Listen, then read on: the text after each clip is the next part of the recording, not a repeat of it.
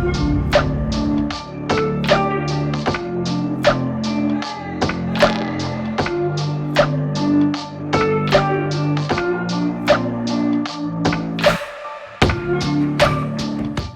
it's one thing that I don't like, it's opportunistic liars.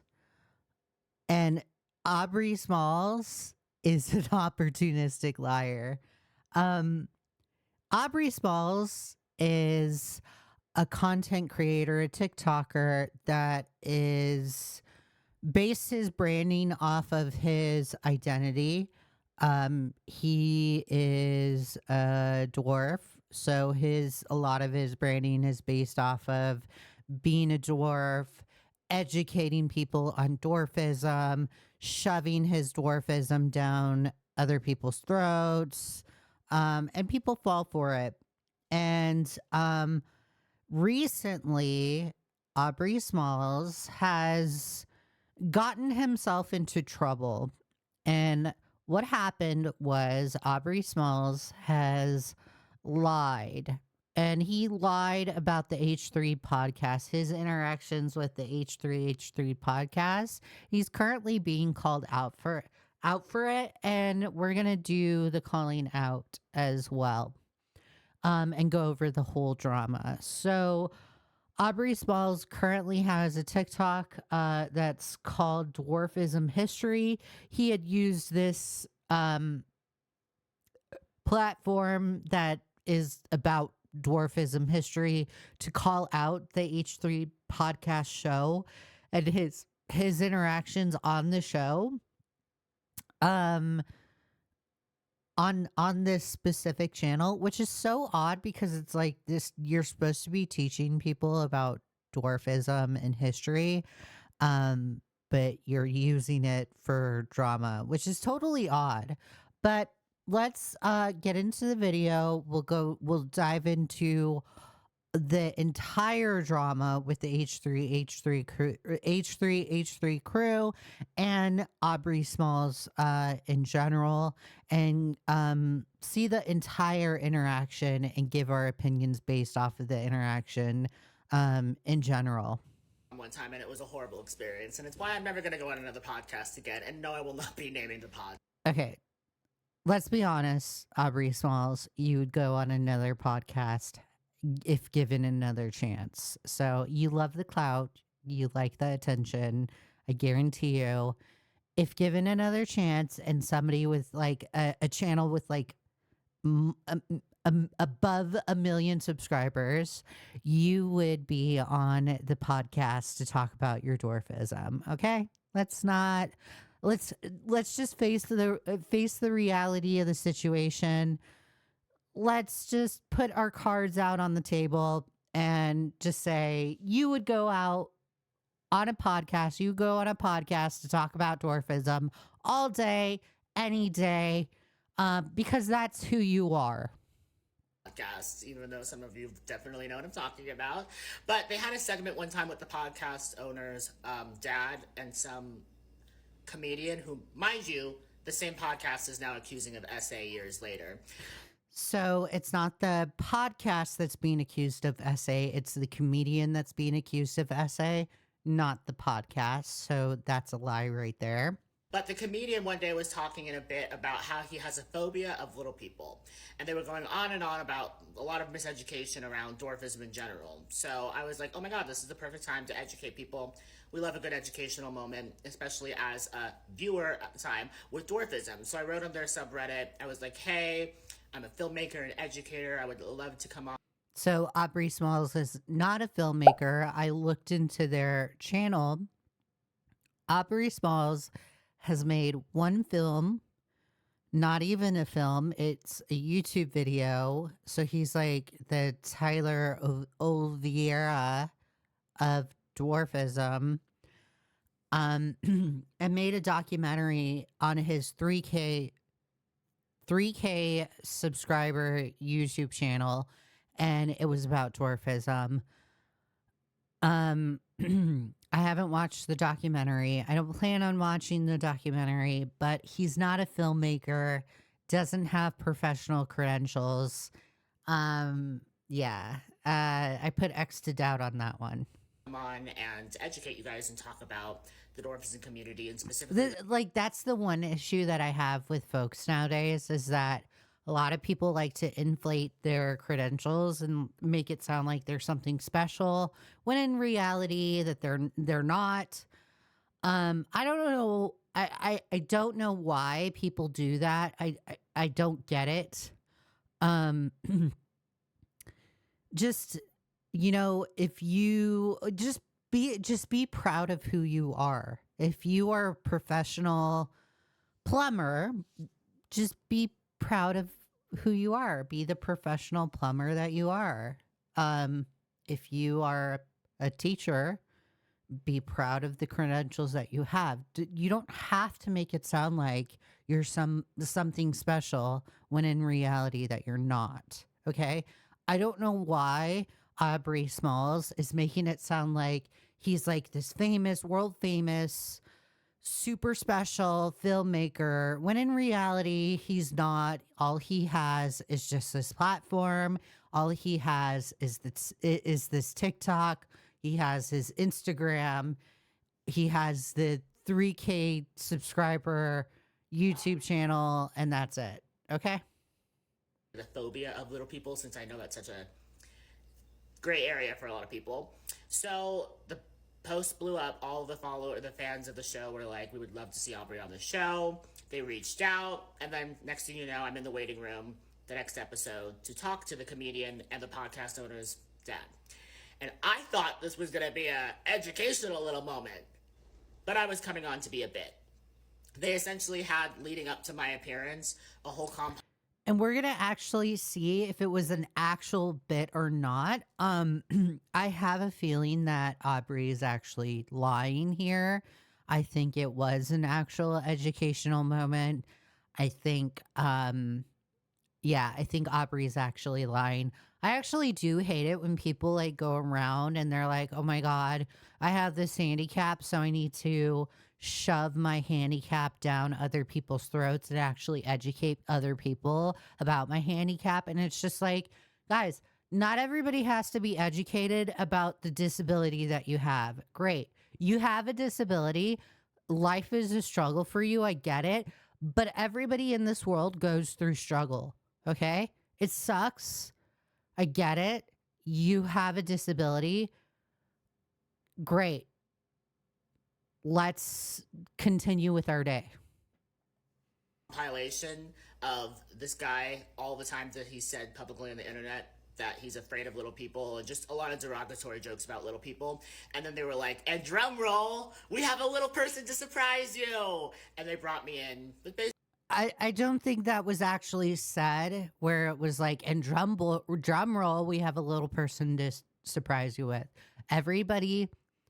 Every interaction on this podcast was documented, and I put X to doubt that the crew actually introduced you that way. But let's actually see if that really happened. Let's see if that was the reality of the situation. Basically, no. I get the feeling that Aubrey is actually overplaying and being over sensationalizing this whole entire situation, because Aubrey Smalls has nothing going on with his life besides what is going on in this platform. So he has to play up the drama. He has to cash in his cards, or cash in his little cash cow on the H3H3 podcast, and try and make drama out of nothing, because nobody is paying attention to him. And the whole bit was basically just about having a little person go against two guys who were just talking about how little people, what are they going to do? Kick you in the shins? And then brought me in. And it just really solidifies the fact that, one, I'm a class act. Because y'all, I wanted to cuss them out, but I do believe in digital. Oh my God, my dogs are barking. I apologize. Like, my the boys do not like Aubrey Smalls. Apologies. I'm not cutting that out, by the way. It's going to be in the audio. this whole class act thing. Like, I don't think you're a class act. I think lying is a pretty trashy thing to do. If you want to be a class act, if you want to be a classy person that is above everybody, that is too good for everyone, stop lying. And stop lying with yourself, because it's the lies that you tell yourself that are the most detrimental. So start with yourself, stop lying to yourself, and stop lying to others, because you are now in this situation where a ton of people are looking at you, Aubrey Smalls, and they see you for the fool that you are. And it's because you lie. Now, again, remember, Aubrey describes this whole interaction as he needs to disassociate for 30 seconds. The crew is laughing at him. The whole interaction is just so unpleasant for him that he needs to pick and choose. Moving forward, he needs to pick and choose which shows to go on, and that he's going to be selective with what particular podcast shows that he listens to, and that he only listens to his podcast because he likes the sound of his own voice. So let's listen in and see what the specific interaction what happened during this interaction that was so unpleasant for Aubrey. You make fun of other groups. They have big, serious, threatening people, not midgets. What are they going to do? Come up and kick you in the knee or something? That's what are they going to do to me, AV? I think that was a good. Okay, so there's the knee comment that Aubrey had made. Aubrey specifically said shin. They really said knee. I'm going to be objective here and say, okay, you know, that's a semantics argument. Aubrey said shin. Maybe he's like misremembering things. Okay, it's a semantics thing. A good group to insult. You know, that's okay. I'm really glad you said that, Gary, because we actually have a little person on the call. They've been listening. And so Dan is going to bring them in right now, and we can sort of open a dialogue here. Okay? So this is Aubrey. So far, so good. She liked the joke. Gary. Okay, so Aubrey is laughing. Like Aubrey starts the interaction off with laughs, so that he doesn't seem so embarrassed at all. He doesn't seem. Nothing about this seems so disassociative. Or he doesn't need to seem, or he doesn't need to disassociate from this interaction at all. He seems to be happy to be on the show in general. So I'm putting X to doubt that he even had a unpleasant interaction. And I'm not even like we're like 51 seconds into the show segment. So it's just like, yeah, I think you're very happy to be here, Aubrey. I think you're kind of bullshitting. Yeah. Hello, Aubrey. Hi, Gary. How you doing? How you doing, kid? Yeah, love you. Oh, well, thank you.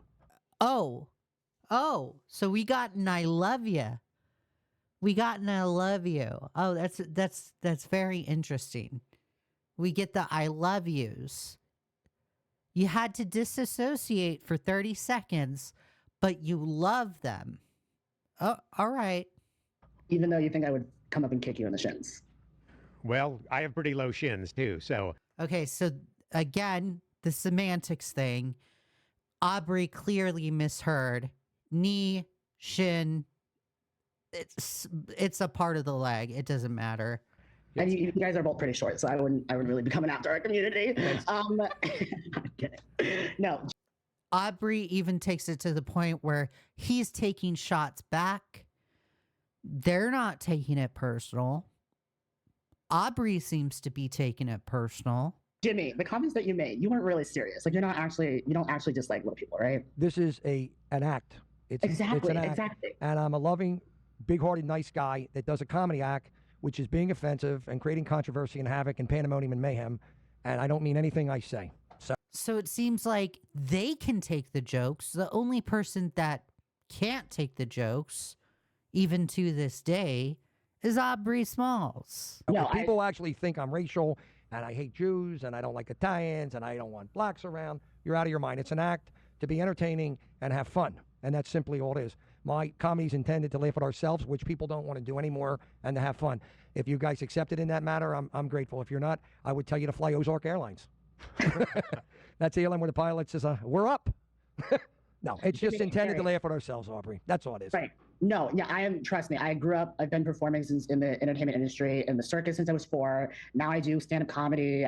Oh, so now he's a stand-up comedian and is the expert at the comedian. So he went from filmmaker to I'm a comedian, so I get to police the jokes that you make because I'm the all-knowing comedian. I can't take folks like this seriously. I'm sorry, but if you're gonna sit here and act like you're the all-knowing person and you're the expert at what is in front of them and you get to tell other people how to react and respond to jokes and what's funny and what's not funny, no, I don't take you seriously. You don't get to tell me or anybody else in this world what is funny, what's offensive, what's not offensive, and what to do and how to handle humor. Sit down and shut the fuck up. Trust me, I was not offended, and I think I could tell. Oh, I'm glad you weren't offended. W, thank you for not being offended because nobody else in this world is offended. So thank you. Glad that issue was resolved. I don't know why we're wasting 20 minutes of the show because the dialogue should have been resolved right there. Hell, it wasn't really a serious comment to me. No, and none of my Aubrey comedies are intended to offend people. It's shock comedy to make people laugh because nobody does the politically incorrect comedy anymore and the fun stuff. And I feel, I have to keep it alive. Rickles did it, Joan. And you know what's really sad is that nobody does that stuff anymore because they have groups of people nowadays sitting there acting outraged over what's funny and what's not funny. And it's just like, since when did we become this?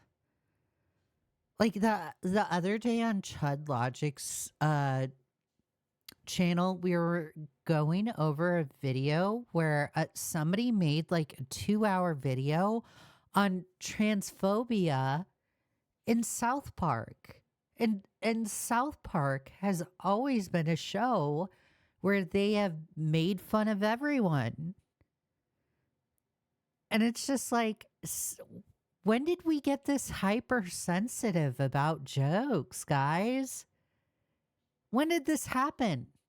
Like, who have we become as a society?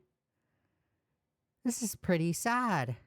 Rivers did it, and Dangerfield, he self-deprecated, but he did a little bit too. But I think, in all fairness to our generation, I think we have to keep things alive. I really do for us middle-aged people. Thank you for lumping me in there with you. Middle-aged people, as Dr. Greg would say. I don't think it's just a middle-aged thing. I think it's also for millennials as well. I'm 35 years old.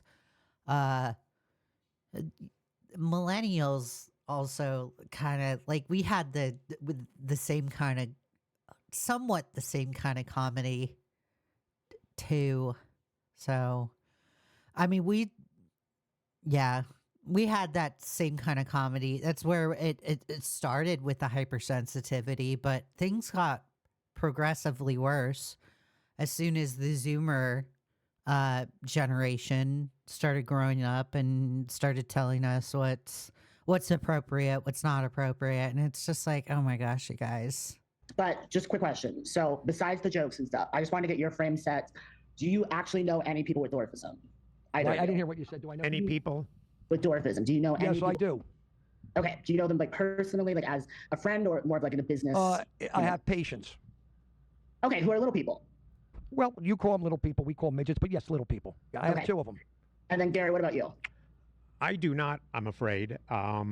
But And I didn't do that joke on them, Aubrey, in the office, by the way. Oh, I know, Jim.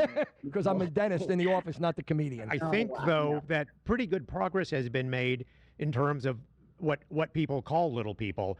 You know, it seems like people. What is this line of what is this line of questioning? Like, what is the relevancy of this line of questioning, whether you know a little person or not? What is the relevancy? If you know a little person, does it give you the permission? Do you have the permission to use the joke? I just don't find any kind of relevance in knowing a little person or not.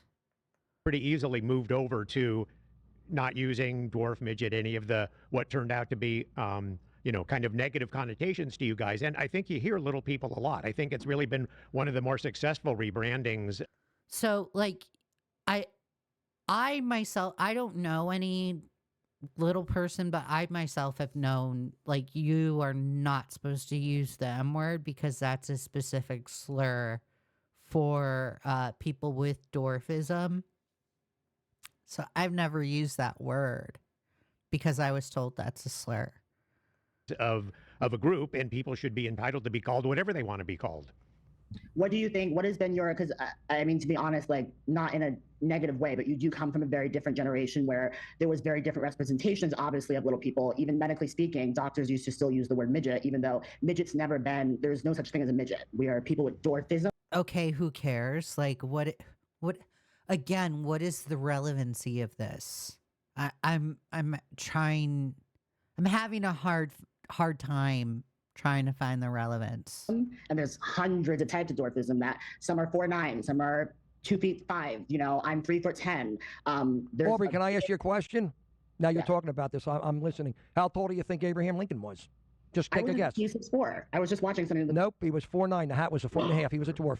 So there you go. It exactly communicates what you're talking about. I'm the only one that knew that. I was at the goddamn assassination, Zach and I. He's not a dwarf. There are he was a dwarf. I have all the information from Zach. The hat was a foot. Like, who is he to say what is a dwarf and what is not a dwarf? Like, who are you to give that pass? I'm sorry, but like, you're just because you're a dwarf doesn't mean you get to go around saying what is medically a dwarf and what is not a dwarf. Sorry, that's not how that works. 1.5 feet. What dwarfism does he have? What form of dwarfism? You call Mary Todd, you talk to her. I'll have her take your call. She's still here.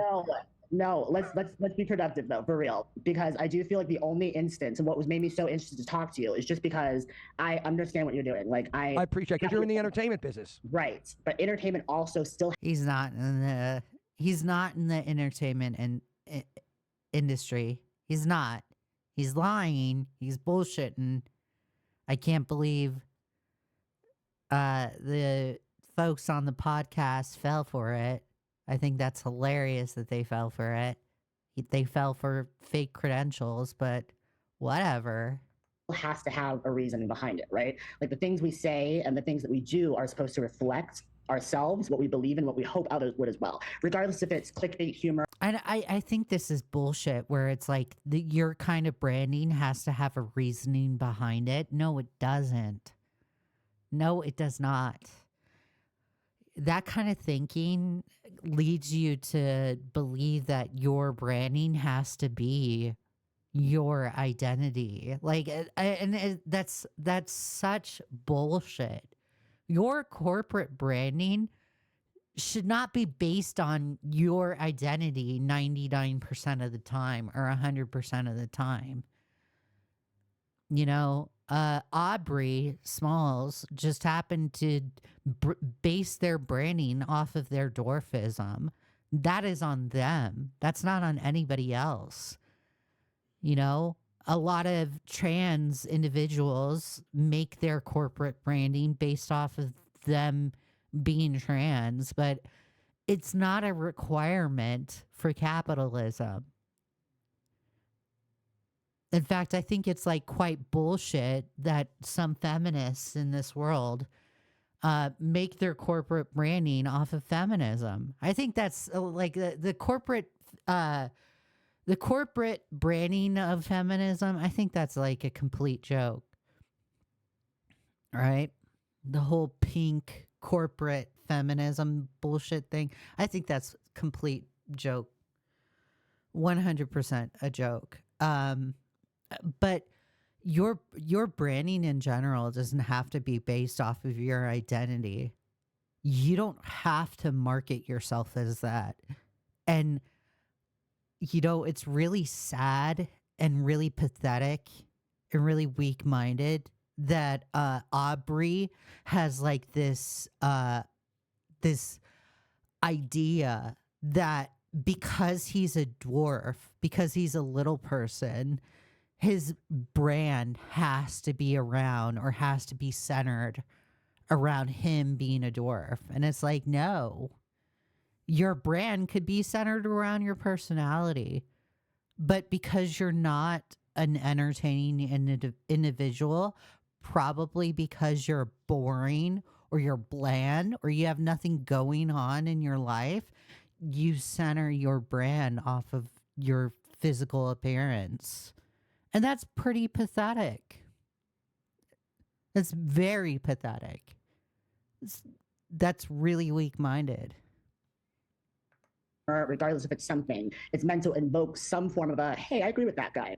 So my only question was just, if you do know little people and you're not really scared of them, then why do you see maybe why it would be a little bit, not even problematic, I want to use is the word, but do you see how it could offensive, be you're going to say? No, not offensive, because there are little people who literally voluntarily will go and participate in things that are degrading, like all of the actors in every movie you see where they're making fun of little people, like they voluntarily. Okay, here's another thing. Little people that go off and do degrading things just because they on their own volition go off and do those degrading things. It's the same thing with trans individuals. It's also the same thing with female bodybuilders. There are a lot of female bodybuilders in the bodybuilding community that they're bigger than me. They take way more steroids than me. They have deeper voices than me. And they go and compete on the Olympia stage. They go and compete on the Olympia stage, right? And their muscle definition is like on top. It's like peak levels. And it's just like, holy shit. Holy fuck. You worked your ass off to get there, right? They're the top of the top. They're on the top of the bodybuilding pyramid. But some of those women, when they go and compete, they do sometimes get tempted by the porn industry. And when they go off and get tempted by the porn industry, they go off and do like the muscle mommy worship. And whenever that happens, there's always a taboo. It happened in the early 90s. You don't see it happen so often nowadays because it's different nowadays because of like OnlyFans and everything. OnlyFans has kind of changed things, but it's still somewhat taboo in the bodybuilding industry. But in the 90s, it was like a huge taboo thing where if you saw a female bodybuilder do like the muscle mommy worship in the porn industry, she was like ostracized in the bodybuilding community. It was like a huge thing. And there's like I will say there's like a huge difference between folks that go off and do that on their own volition and folks that go off and that go and do that because they're sex trafficked in the industry. Okay. So huge difference. So when Aubrey Smalls goes and says, well, there are little people that go and do degrading things. Well, that's because they're going off and they're doing it in two different ways. Because one, they were sex trafficked, or two, they went off and did it on their own volition. And it's most likely the latter where they went off and did it on their own volition. So you can't really hold the standard against anybody in this world where it's like, oh, little people go off and do degrading things. That's not our fault. That is nobody's fault. Why are you holding that against us? Why are you holding that against Ethan Klein's dad and Jimmy Lee? And the fact that you have that stuck in your head, Aubrey Smalls, and you're sitting here holding a grudge against everybody that you interact with, tells me a lot about your character in general. It's pretty pathetic thinking right there. Get over the grudge that you have against little people that go off and do degrading things and against society that consumes the degrading things.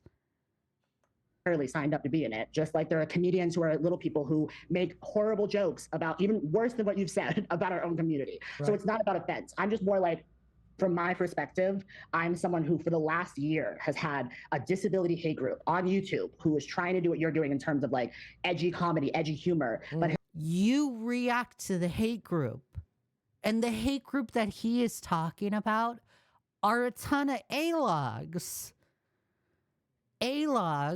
that he responds to. I guarantee you, this Aubrey Smalls guy is a locale, and the A-logs on Kiwi Farms probably got a hold of him, or probably not Kiwi Farms or somewhere else on 4chan. They probably know about him, and they're probably A-logging him and keeping track of him. Now, it sucks that people follow him around and they record him on a scooter and keep track of him and stuff. Yeah, that sucks. But you give them the energy, and that is on you. That's not on anybody else. Again, you are grudge holding to other people. You give the response to the haters. You give the response to the hate group. Stop giving the response. Stop giving them energy. It's so simple.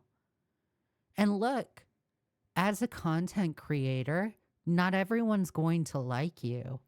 If you're going to sit there on your TikTok or your Instagram or your YouTube channel and have the belief that everyone will love you and it's all going to be sunshine and rainbows, you are delusional. You're delusional. And you probably shouldn't be a content creator, because you probably need to get over the mean shit that is said to you and move the fuck on. And if you can't do that, and you can't just like ignore that catty shit that is said to you and just keep making content, then you will forever sink. You'll forever sink, and you will be mediocre. And that's pretty pathetic. Has gone as far as me. But it's not even just like being mediocre. You're also taking it to the extent of holding grudges to random ass people that don't even hate you. And that's sad in and of itself as well. Leaking my information just because I'm a little person. They literally search the internet to find people like me who are just Who cares? Who the fuck cares? You are on a podcast mentioning it, and that's laughable. You want to know what they're doing? You are mentioning it on the podcast, and they're sitting there laughing and having like little tiny boners in their pants and being like, oh my God, Aubrey Smalls mentioned us on this podcast and it's absolutely hilarious. Look at this loser. Living our lives. Aubrey, let me give you an example. I got an uncle. Let me finish. I promise. I will be I short. want to validate something about a You don't need relative to, of mine. no, I'm not. You don't need to validate, and you don't need. I'm just saying what from this perspective of someone who's gone on this journey and have had, I've literally been talking to little people in my community who have been backup dancers for the biggest singers, who have been on Broadway, who are, in movies. Who cares? Who are every single. Oh my God, I know backup dancers and people that are on Broadway. Who the fuck cares? Oh my God, I'm so sick and tired of people thinking that they're special in this world. Bro, you are just another person on the planet. You're just another person. You're an NPC. That's all that you are. Single day passing by people on the street who have that type of humor of, oh, if they're little people, I'm scared of them, but if you're close to my crotch, you might as well suck it. It seems as if you don't That's a crazy comment. really understand, but just want to acknowledge that you will continue making them because you make them about everybody, which I understand. But do you see how maybe that would have like real world implications for a group that has no representation? I that understand. Is ever shown in a sexual or violent manner? Like David Dobrik was showing What do you mean representation? You don't need representation. What representation would you like? Do you need somebody in the White House to represent you on a daily basis? Because you're a fucking child that can't go on with their day to day without having an actual person represent you as a group of people. Get the fuck over it. Jesus, dude. videos with This is so pathetic. 100% pathetic. Holy shit. Talk about the weak-minded individuals. I, as a Jewish person, I don't even ask for representation for Jewish people. What is this?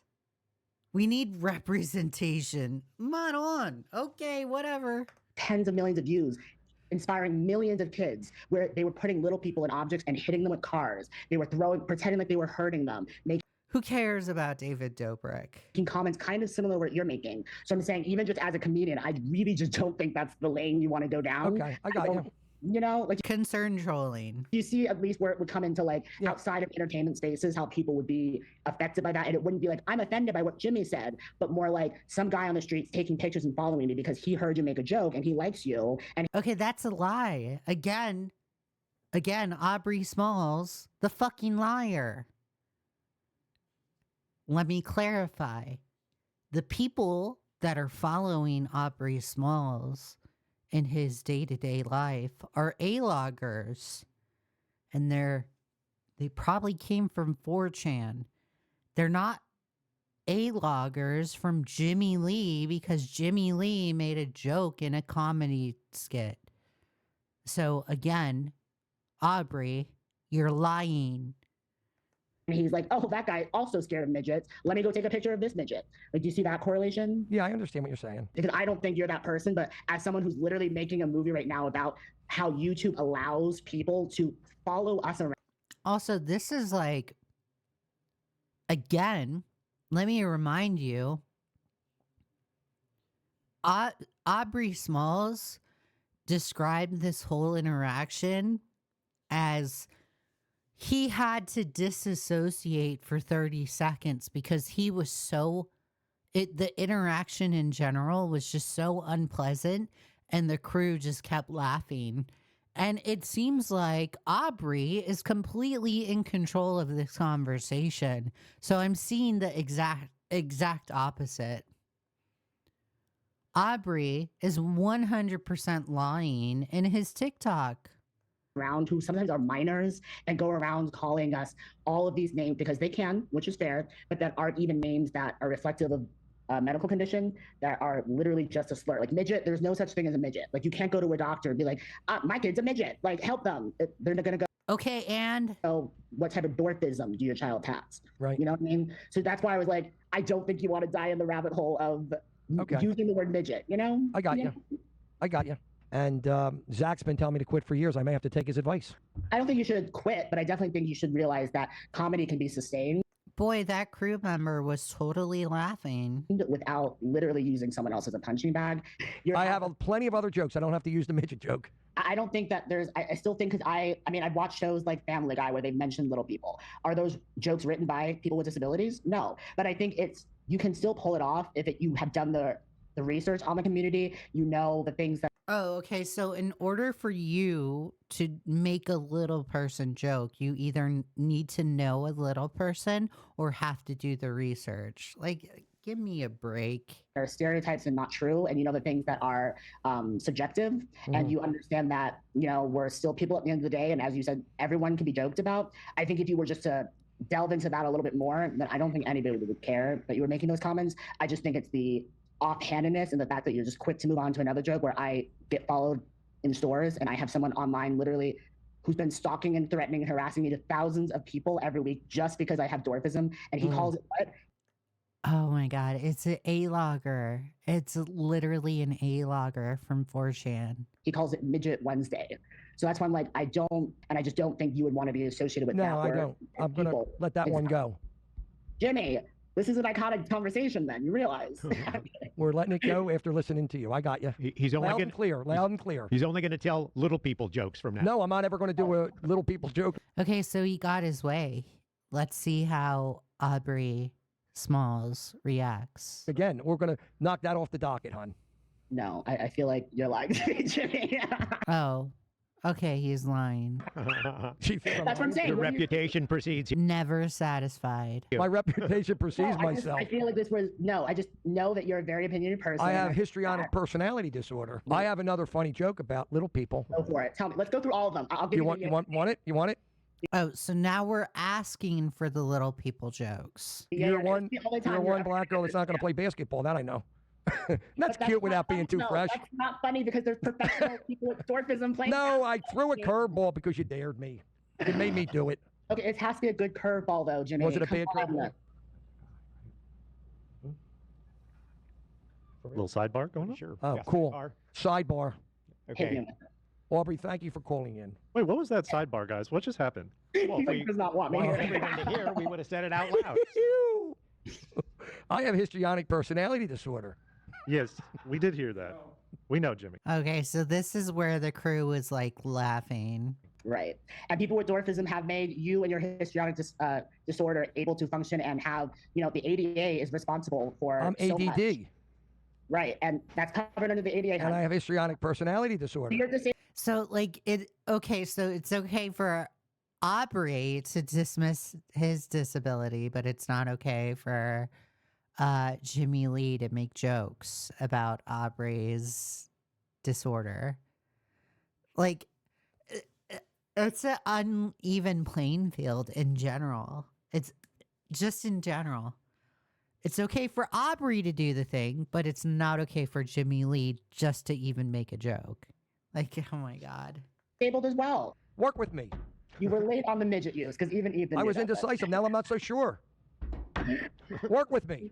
I'm trying. I said to give me jokes, and you were like, "Bye." If you're English, eat the muffins. I have histrionic personality disorder. Okay, Jimmy. You have a doctor for me? Why do you keep saying that? Jimmy, what's going on? Is this registering at all? Any of this? It is registering. Okay. But what are you thinking? Where's your head at? That's why I'm like, give me. Well, I've definitely sworn off little people jokes. Can you look at me without your sunglasses and give that to me in the camera? We're swearing off little people jokes. Jimmy, you weren't supposed to do it that easy. Okay, see, again, never satisfied. I have a zillion other You weren't supposed to do it that easy. Like, you got your way. jokes. You can take the little people jokes out. You won. Aubrey, where are you? You're in Southern California somewhere? I'm right now in Arizona. Oh, okay. Yeah, Hot, I've been spending a lot of probably. time How's the here. weather out there? It's hot. Hot? Hotter than the heat that I know you were put under just now. Oh, shaking. You were Aubrey. shaking. Aubrey. Okay, so it's okay for Aubrey to make jokes. It's okay for Aubrey to talk shit. But can't do it back to him. Like, I've always said this. If you can't take the heat, then don't dish it. It's so simple. Aubrey. Your face is bright red, Jimmy. No more little people jokes. It's the bronzer. It's the bronzer No, from Olivia. Thank you for calling in. We appreciate. How did they Appreciate it. find you, by the way? Actually, they found me because I posted on the Reddit thread, and 3.6 thousand people thought that it would be important to discuss dwarfism issues. Awesome. Okay, so that's how much he cares about numbers. 3.6 thousand people. 3.6 thousand people, guys. Very Have nice. an issue with the verbiage that was being used. And as someone who's watched H3 since the very It's not verbiage, it's vernacular. Like, my God. very beginning of this pandemic, so it's been 2.5 years now. I've watched families, I've seen Gary lots of times. That's why I was like, yeah, it does bum me out a little bit to hear that you guys seemingly don't really care as much about people with dwarfism when you're put in a position where you have to be held accountable. I wasn't looking, of course, for you to not use jokes about that, but I was curious to see how much you care. Like, what is this argument? Accountable for what? There were what? What are you trying to hold him accountable for? And that's why I wanted your feedback. And the fact that you'd rather go to a commercial than talk about something that clearly is affecting, 100,000 people every year are born with dwarfism. 2 people like you. It's easy to pick any single statement or issue, and look at just that. And obviously, it's impossible for us to know what you've had to deal with. So I certainly feel more enlightened than I did when I walked in here. But it's still something that, especially these days, we're also stuck in our own heads. It's hard to climb into someone else's head and see where they're coming from, especially when it's their life experience is so different. No, exactly. But I'm saying at the end of the day, when walking down the street, I'm just a You're supposed to say yes, exactly. Oh my gosh. Madonna mia. foot and a half shorter than you. Right. I'm not 2 feet tall. I pay my taxes. I drive a car. Congratulations. Like, it's still making the same argument to this day. I pay my taxes. I drive a car. Great. W. Wow.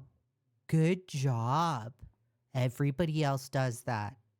I have a house. I've had relationships. W. Everyone else does that. With only average height people. Not to say that there's not little people. I'm just saying we are normal people. This isn't a question about. Great. You're normal people. W. Can't imagine. This is where I get like condescending because it's just like, like, how do you expect me to treat you? Like, when people sit there and they're just like, they look for reassurance from you and they're like, I pay my taxes. Yes, you pay your taxes just like any other adult in this world. I drive a car. Yes, you drive a car just like any other adult in this world.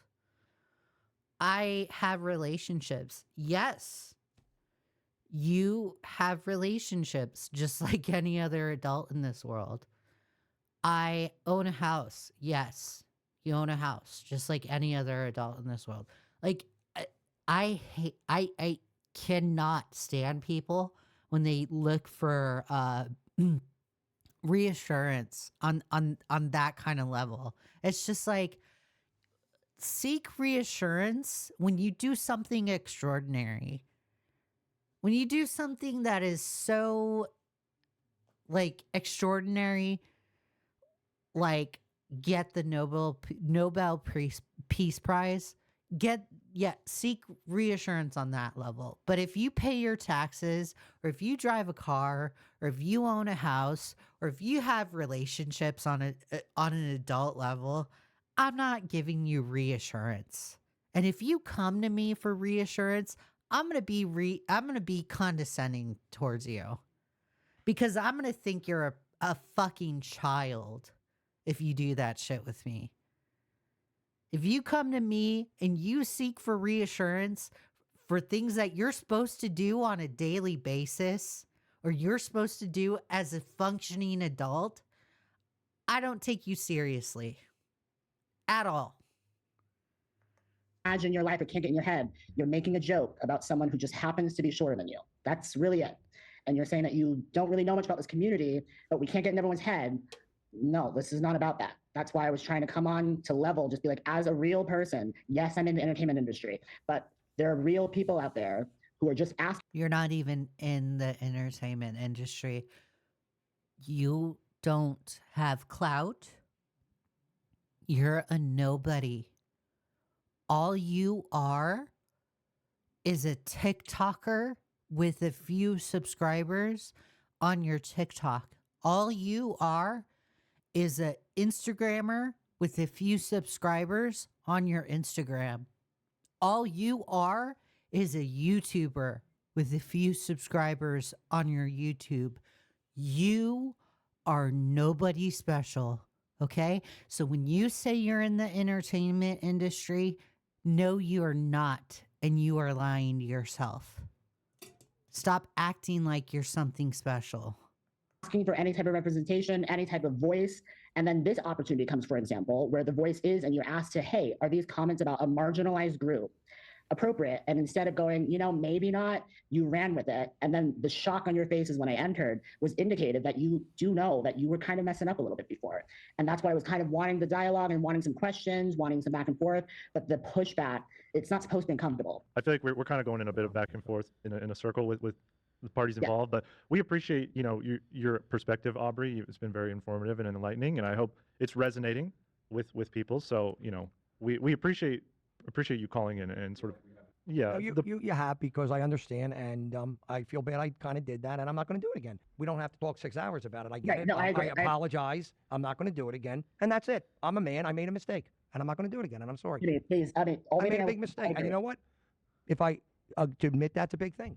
So I did. No, I agree. That's why I was you like, did make progress. Jimmy, It's done. okay, you can stop at the I made progress. Yeah. And we You could, did make could progress, end it because there. for me to say I'm not going to do a joke again, you know me with my jokes. you I'm not going to do a So it seems like he won the conversation, but Aubrey keeps looping back because he'll never be satisfied. say little that people joke again. This is reformed Jimmy. You did promise off of these types of jokes, and you went right back to them. That's but, partially true too, but not on that one. Not on that one. yes. Yeah. Well, thank I you, agree, Aubrey. guys. Thanks, for Aubrey. calling in. Like, I love talking and arguing. It's if I ever came across a certain way, please don't think that like I'm gonna be sitting here like, oh, Jimmy, I couldn't like. See, there's the reassurance seeking again. Like, what this tells me is that Aubrey Smalls. Like, this guy is a very insecure, not confident guy at all. If he has to seek reassurance from others and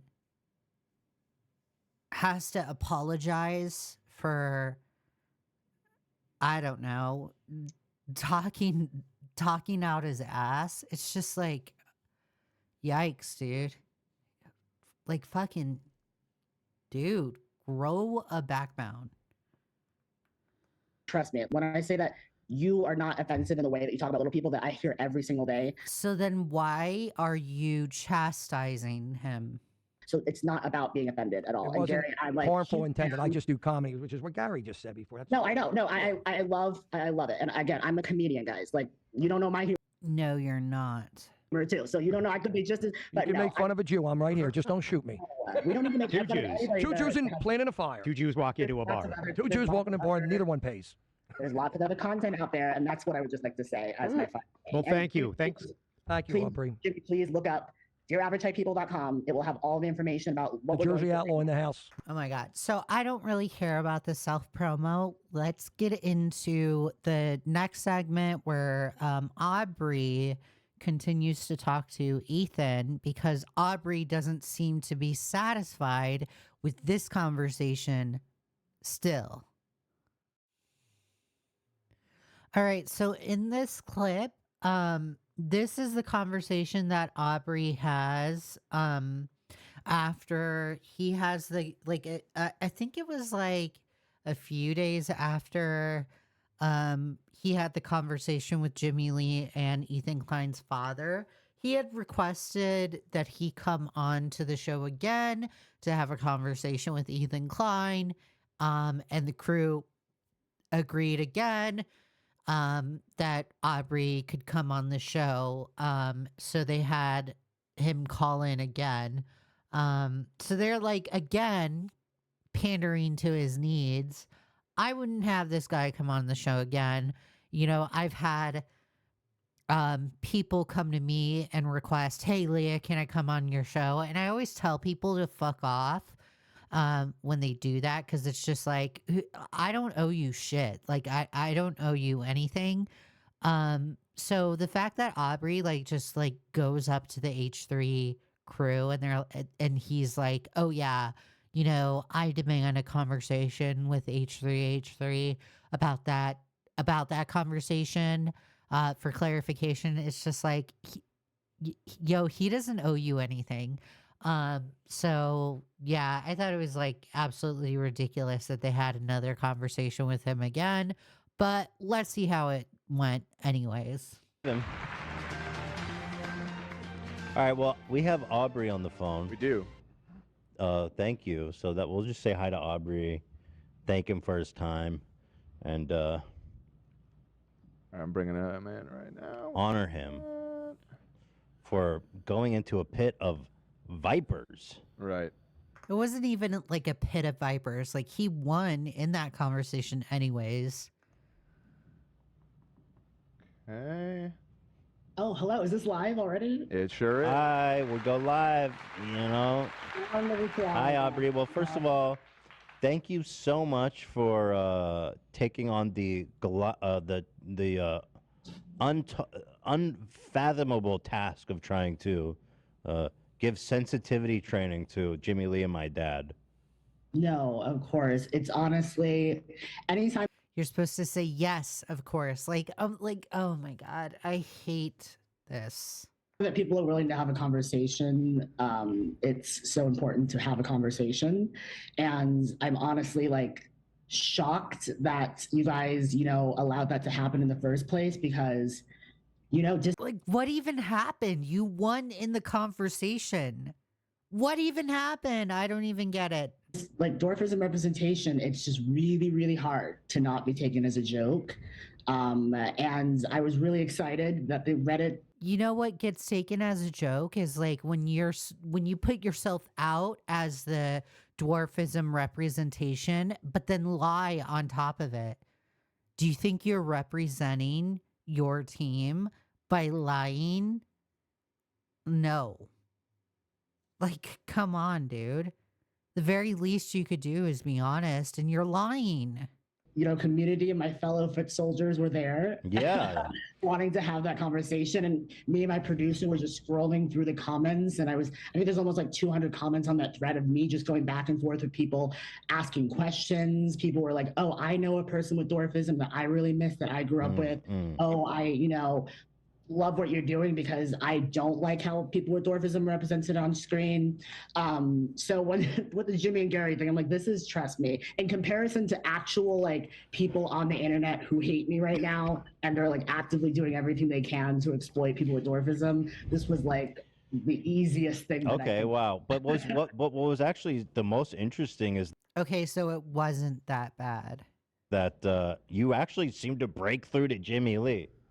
Although, well, that's questionable because 2 days later he did write, "I fucking hate midgets" in his description. And apologies for using that word just to retell what he wrote. Listen, in the full version, I got caught slipping too. I was like, midget this, midget that. So, okay, so you're fine with that word. You're okay that people use that word. You never corrected anybody on the word usage at all. Because it's not, I want to move past the word as the most interesting things that people with dwarfism can offer, you know? And that was what I was ultimately trying to get across to Jimmy. I was like, when you use this word, buddy, and he even made a joke. He was like, oh, I have a few jokes. Because I was like, let's go through some jokes. We can workshop it. And he was like, oh, you're something black and you can't, I bet you won't be playing basketball. And I'm like, there's literally people with dwarfism who they're not playing with LeBron James, but they're traveling around the world being paid thousands of dollars every week to be the global Globetrotters. His name's Manny. He's an incredible person. And I know that in those moments I was like, with Jimmy, I was like, we're gonna get to the bottom of this because Manny's not sweating his ass off. People aren't sweating their ass off with dwarfism on Broadway, musicians, teachers, in law, Oh my gosh. Okay, yeah, you know, these special people. Yes, W. Doctors, nurses, they're not doing all this work for us to just be like, ha ha midgets, ha ha ha this. Yeah. Now that's So- what my movie's about, basically. It's just about like highlighting that in a new, fun way that's like, Oh, by the way, the movie he has yet to release. So I thought the movie was made and I thought the documentary was released. The documentary hasn't even been made, or it's probably still in the process of being made. When you go on his channel and the little thumbnail that I showed you earlier in the video, that's only the trailer. The full documentary is not out yet. And that trailer was released 2 years ago. So the documentary is still ongoing. He still hasn't released it. entertaining to watch. Let me ask you this. You mentioned that there's people that like stalk you. Like you said that, Jimmy, I mean, even literally today, like earlier today, I went to this. They have a YouTube channel that's been running for years that is monetized. What? And What's the yeah. name? Can I ask the name of it, or do you rather not say? So I was correct. They're A-loggers that A-log Aubrey. They don't go around and harass Aubrey because of Jimmy Lee's jokes, the way that Aubrey made it sound like earlier in the conversation. They are A-logging him because he's a low-cow. Say. Like highlighting that in a new, fun way that's like entertaining to watch. Let me ask you this. You mentioned that there's people that like stalk you. Like you said that, Jimmy, I mean, even literally today, like earlier today, I went to this. They have a YouTube channel that's been running for years that is monetized. What? And What's the yeah. name? Can I ask the name of it, or do you rather not say? I would love, trust me, nothing I would love better, because all it's going to take is just more than me and 10 other people I know reporting his account, because YouTube's reporting system does not work. Yeah, But it's just about it's just about quantity. But he's literally using, I used to post videos on YouTube as like a way of showing what it's like to be a dwarf, like what a day in the life of a little person, comedy videos in that sense, right? Not taking anything seriously. And he would play these videos as a part of Midget Wednesdays with his thousands of followers. It sounds like what he's describing. It sounds like a reactionary content and somebody's like making fun of you. That's what it sounds like. And all he does is literally just say, oh, if we don't fetishize you, we're just going to start getting rid of people like you. Oh my God. Saying That's stuff insane. like literally called me the N-word 2 days ago on YouTube, and they're making money. But no, what I would rather, if truly Ethan, is I would love if you could like assist, because I just need someone at YouTube who I can send the links, the all the backup accounts, all of that stuff that I've had to compile over this year, because I've never said anything to this person. And I would love for someone at YouTube, a person, to just be like, oh, click. But it will be justified. So I went and looked up to see if there were like any harassing accounts that were like made, because you can like go on a YouTube and search people's names. I searched his name and I could not find anything. Now, I did look up Midget Wednesday. Oh my God, I used that word. I did look up that word and Wednesday, and I did find like a channel in particular associated with that. So maybe he's talking about that specific channel. I'm not going to show it, but there is a channel that is associated with that. Because you can't, it's literally I can write an email intro, and then you can just explain kind of whatever you want to say But I think about that. in terms of that, I just kind of got over that. Wait, pretty is his fast. name, is the channel's name Keemstar or Drama Alert? You're gonna laugh Oh, when you see okay. him. I'll send him to you. You're gonna laugh because I call So him it like is. Oh, you did. No. Oh, okay. Just making No. sure. Just confirming. No. I just wanted to confirm. Yeah, No. I'll set you up an email. I am best friends with Susan, of course, so there's no Good problem old here. Susan. Yeah, And no This is problem. going to be the test if Susan likes little people. Mhm. Does YouTube actually like little people? Just kidding.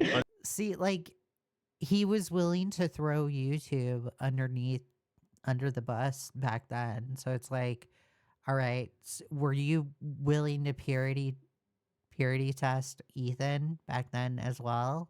But who But is? no, But Like, you say it as a joke, but nowadays you're throwing Ethan Klein under the bus. Like, were you going to do that with YouTube? And I speculate when I say that, and that is completely 100% my opinion. Like, I wonder if he could have potentially had done that, but I don't know. Like, it's 100% speculation. I don't know if it's like, I mean, it's not a matter of fact. I don't know. Yeah, it's not a matter of fact, but I am 100% speculating. And I only draw that conclusion, or I only draw that opinion based off of his actions nowadays, where it's like, all right, you weren't satisfied with what you were getting from Ethan Klein when Ethan Klein was doing all of this stuff to help you, to satisfy you. And it still wasn't good enough for you, and you're still throwing him under the bus. And were you willing to do that with YouTube? I'm curious to know. you said he harasses you in real life and stuff like that? No. So, Oh. but people have in this journey, I found videos of him reacting to other people who have uploaded videos of me in public, and he's reacting to it because he just scours anything on YouTube that has the word dwarf, little person, or midget in it. And What? I've literally been watching him react to a video of me and my producer filming a movie about disability awareness and about the hyper, fixation on dwarfism. And he's literally proven my points for the points of. And people that are like A-logging him and following him in his personal life, that is pretty creepy and stalkerish. And I don't support that at all. Like, I disavow people actually showing up in his personal life and filming him. That's really freaky, creepy behavior. This film that there is an issue here, because in him harassing a dwarf, he is reacting to someone else harassing me. So it's been kind of, but that's what this whole movie's about. It's like the inception of that. Like, just imagine for a second how wild that is. And I just wanted to turn that into something that like everyone can relate to, everyone can get something positive out of, because it's been a tough 2 years for everybody, So the website again is Dear Normal Size or what is it? Sorry, I don't know. I just want maybe you better say it. Dear Ethan. No. DearEthan.com. Oh shit. DearEthan.com. No, it's DearAverageHeightPeople.com. It's so weird that he makes that joke back then, because it's like he is nowadays essentially doing that. We are in the last 2 weeks of our fundraiser. We just really, I was shooting some early this year, and I'm sure like it's just expensive, shooting. Oh yeah, stuff. definitely. And I'm at a point where I'm an actor, and I've been at studios auditioning for stuff, and I know other little people as well, and there's no studio is going to take a risk on people with dwarfism right now. Yeah. So considering the community and people actually seem like the viewers want it, I was like, let's fundraise, let's see what we can do. And again, you are the real G for having a person with dwarfism on H3. That's iconic. Oh, well, you're the real G, and thank you for kind of coming on, and I apologize for Jimmy and my dad, but honestly, you handled it well and you broke through to them. So shout out, I love shout your dad the too. fuck out. I love your dad. I was there through the whole frenemies. Good, okay. Well, apparently you don't like them anymore because you had to disassociate. Now you don't listen to the show anymore. Thank you. You're very great. Because you were so uncomfortable.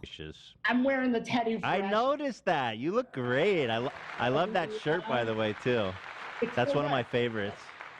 This one was made for people with dwarfism, so I think this was coming. You have a lot of people with dwarfism on your side, Ethan. Okay, shout out, dude. Shout out to the dwarfism. Yeah, love that. And Love shout out to that. all the Redditors too. You guys are like, Yeah, people are. Incredible. Sometimes the people in this community are really nice, and I love that. Sometimes, but yeah, like on the subreddit, like you pointed out. I mean, the post had 3,000 points, and everyone's just super nice and supportive, and that's nice. That's a beautiful thing. But it's a testimony to the community. Aubrey, I'm gonna put the link to your website in the description. I want to thank you so much for calling in and being a total. All right, so that seems to be the end of their conversation right there.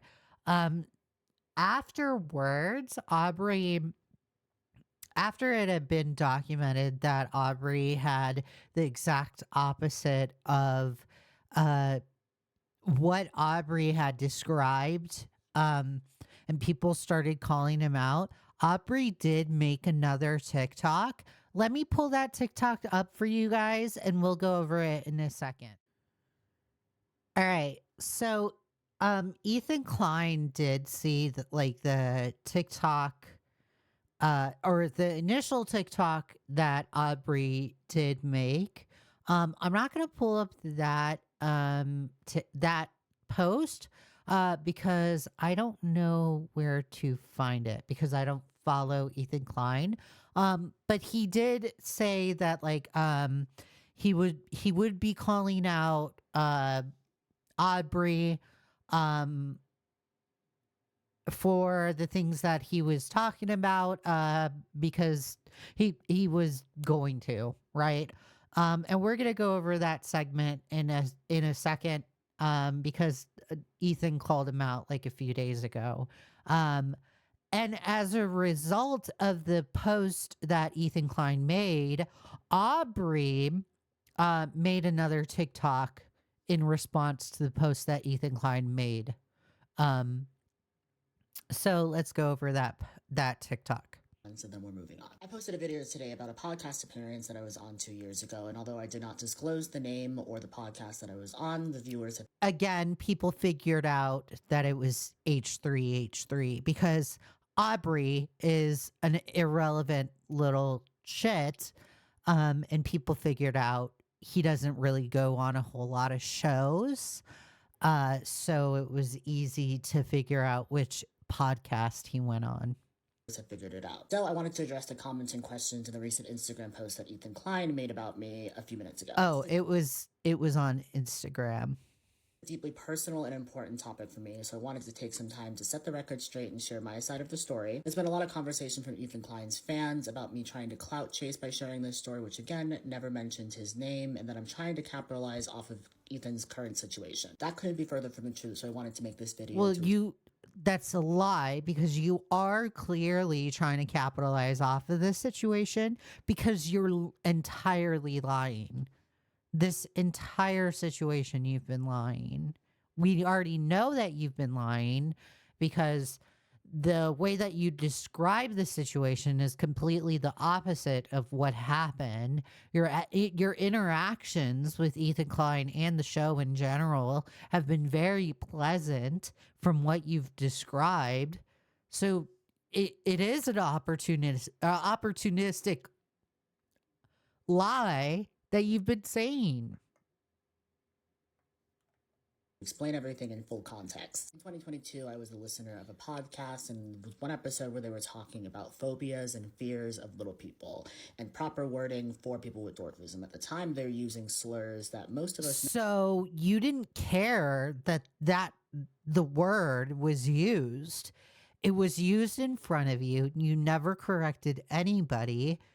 It was used in front of you multiple times, and you even used it yourself, and you didn't bother to correct yourself. So I'm putting X to doubt on this. No, are not appropriate, but I figured it would be a great opportunity to see if I could get on the show to talk about the proper verbiage and to educate people on dwarfism. Again, you're incorrectly using the word. It's vernacular. Please get an education. Someone with dwarfism myself who experiences in-person and online harassment just because of the fact that I have a disability, I was hoping that this appearance would help bridge the gap of understanding and start some meaningful dialogue. Well, clearly it didn't bridge the gap, and now you're even using that opportunity or your attempt to bridge the gap to even further separate the gap. So, like, you're even digging a hole for yourself even further. So it's like, it's I wouldn't even say it's a bigger hole. It's counterproductive even more. So it's just like you're having the opposite effect, Aubrey Smalls. Like, I don't even think you're even thinking in general. How about you just use your brain? Unfortunately, during the episode, I was subjected to ableist jokes and comments about little people. What jokes? What comments? And you say that you feel uncomfortable, but you were laughing with them. Me really uncomfortable. And the only person that, like, was really doing the shit talking was you. You were doing the shit talking. Kept my composure and smiled at the time. It was really hurtful, to be honest. I didn't even know how to process it in the moment, except for doing what I do best, which is putting a smile on things and trying to spin it in a positive direction. Immediately afterwards, I emailed the crew asking if I could come back on the show during a live segment to talk about what I wanted to talk about in the first place, because I was worried that just the segment we had filmed would leave a bad taste in people's mouths and make them assume that I was part of this joke that I was never keyed in on. So I was on the show again a few days later after the segment we had pre-filmed aired, and they played it again and then had me come on to talk about it. And I just stayed positive because I was hoping that if I was positive and I was focusing on the good, that people would forget about the segment essentially. I was hoping that by focusing on kindness and grace and showing empathy, that would go farther and people would remember me by that as opposed to what happened during that segment. Ethan and the crew... I mean, like, from the segments that I saw, you were constantly looking for reassurance. Like, and it's just like you're pathetic. You're completely pathetic for looking for reassurance from strangers. Like, it's completely parasocial. And your interaction with Ethan Klein in general was positive. He was even taking it to a point to even help you with some people that had made videos out of you and your content. Talked on the show, that episode, the live one, about how they had to edit a lot of stuff down. So I hope that maybe one day they'll release the full video so that you can see all of the jokes that I was subjected to that didn't even make it into the final cut. After the episode and the days following, I posted on the subreddit thanking. So it says, Aubrey, the person with dwarfism who called in, thank you to Ethan, the crew, and everyone in the chat for being welcoming and respectful, and shout out to Cam for editing. If anybody wants to donate to our film, we have 16 days left. DearAverageHypePeople.com. So it seems like he was self-promoting. Your fundraiser still sucked because you still... have yet, like, you barely raised money, and it's 2025, and it's like all of this stuff was posted 2 years ago. Like, this is pretty pathetic. The host and is this why you're pissed off, because you barely were able to raise money for your fundraiser? Crew for having me on, because I wanted to focus on the positives, which was that the audience was actually really lovely to me, and I think really understood the message that I was trying to convey, despite having to fight people who just were refusing to see my humanity during that. I didn't want to stir up controversy because I had no followers on the internet at the time, and this podcast and the host had millions of followers, and I also hadn't fully processed what had happened since the segment just had come out. So I figured if I stayed kind and positive, that people would focus on the educational purpose of my appearance as opposed to everything else. As time went on though, I reflected on that experience more and more. I realized that these ableist jokes weren't just one-off harmless jokes. They were a part of a larger pattern of influencers on YouTube and social media using their platforms to perpetuate harmful jokes. So you get to like throw people under the bus because you felt like the ableism was too much for you. Like it's just like I don't see the point of throwing Ethan Klein under the bus because you feel like there's a pattern of behavior with a ton of influencers in general and ableism in general. Like, how about you call out the general consensus of influencers and ableism without even talking about H3 or your experience with H3 or Ethan Klein? You could have vaguely spoke about ableism in general. How about you just say, hey, influencers, how about moving forward, let's not make dwarfism jokes? How about that? It's so simple. It would have saved you a lot of drama.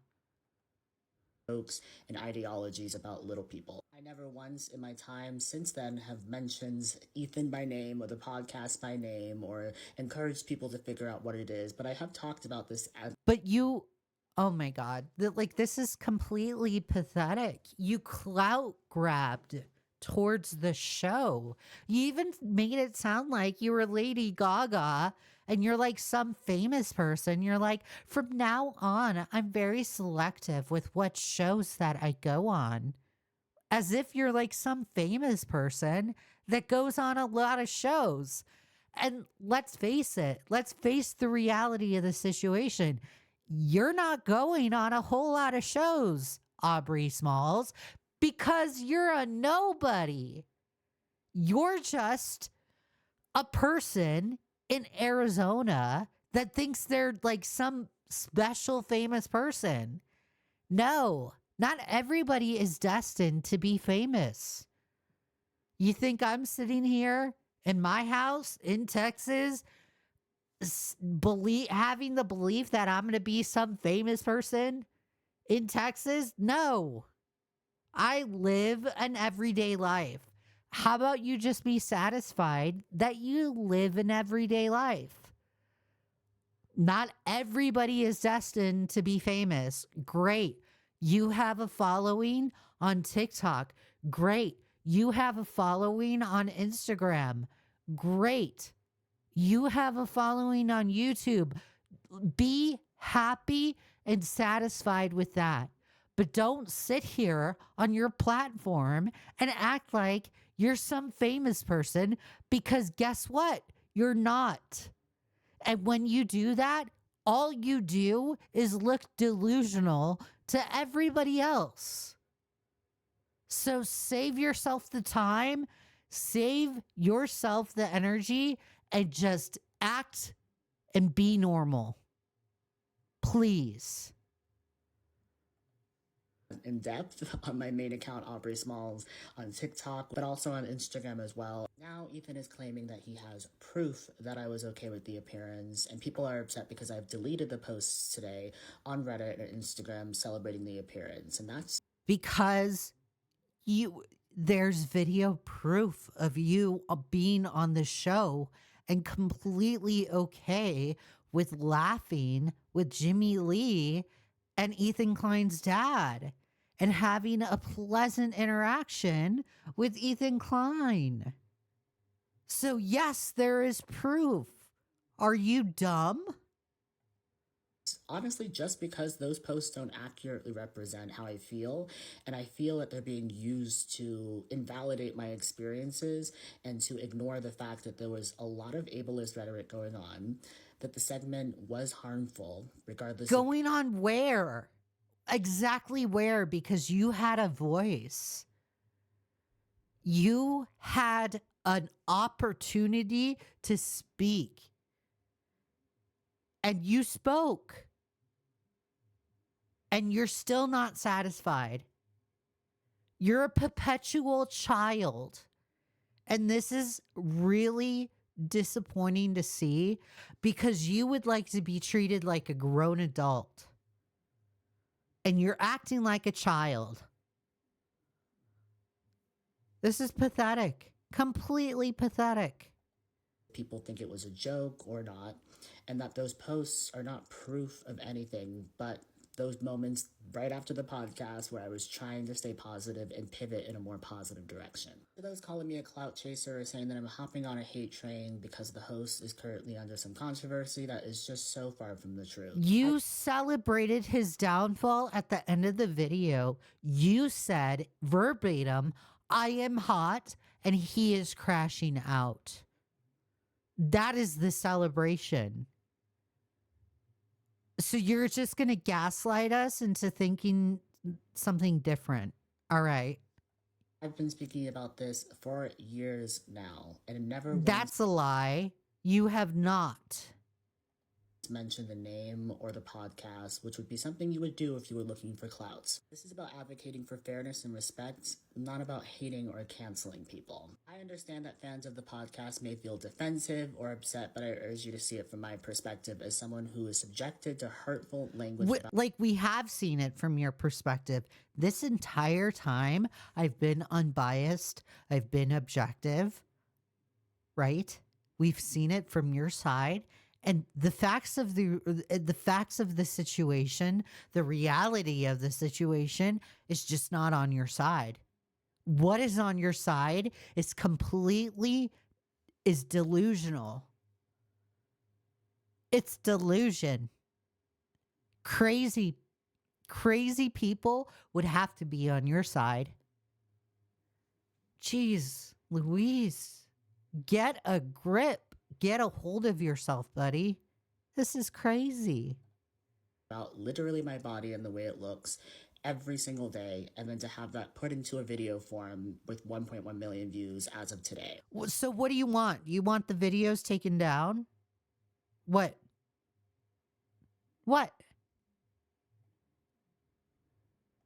Because one audience might see a set of jokes, funny or harmless, doesn't negate the fact that they can be harmful to the larger disability community. There is no timeline for when you're allowed to feel... I guess we're never allowed to make dwarfism jokes. I guess that's never allowed to happen.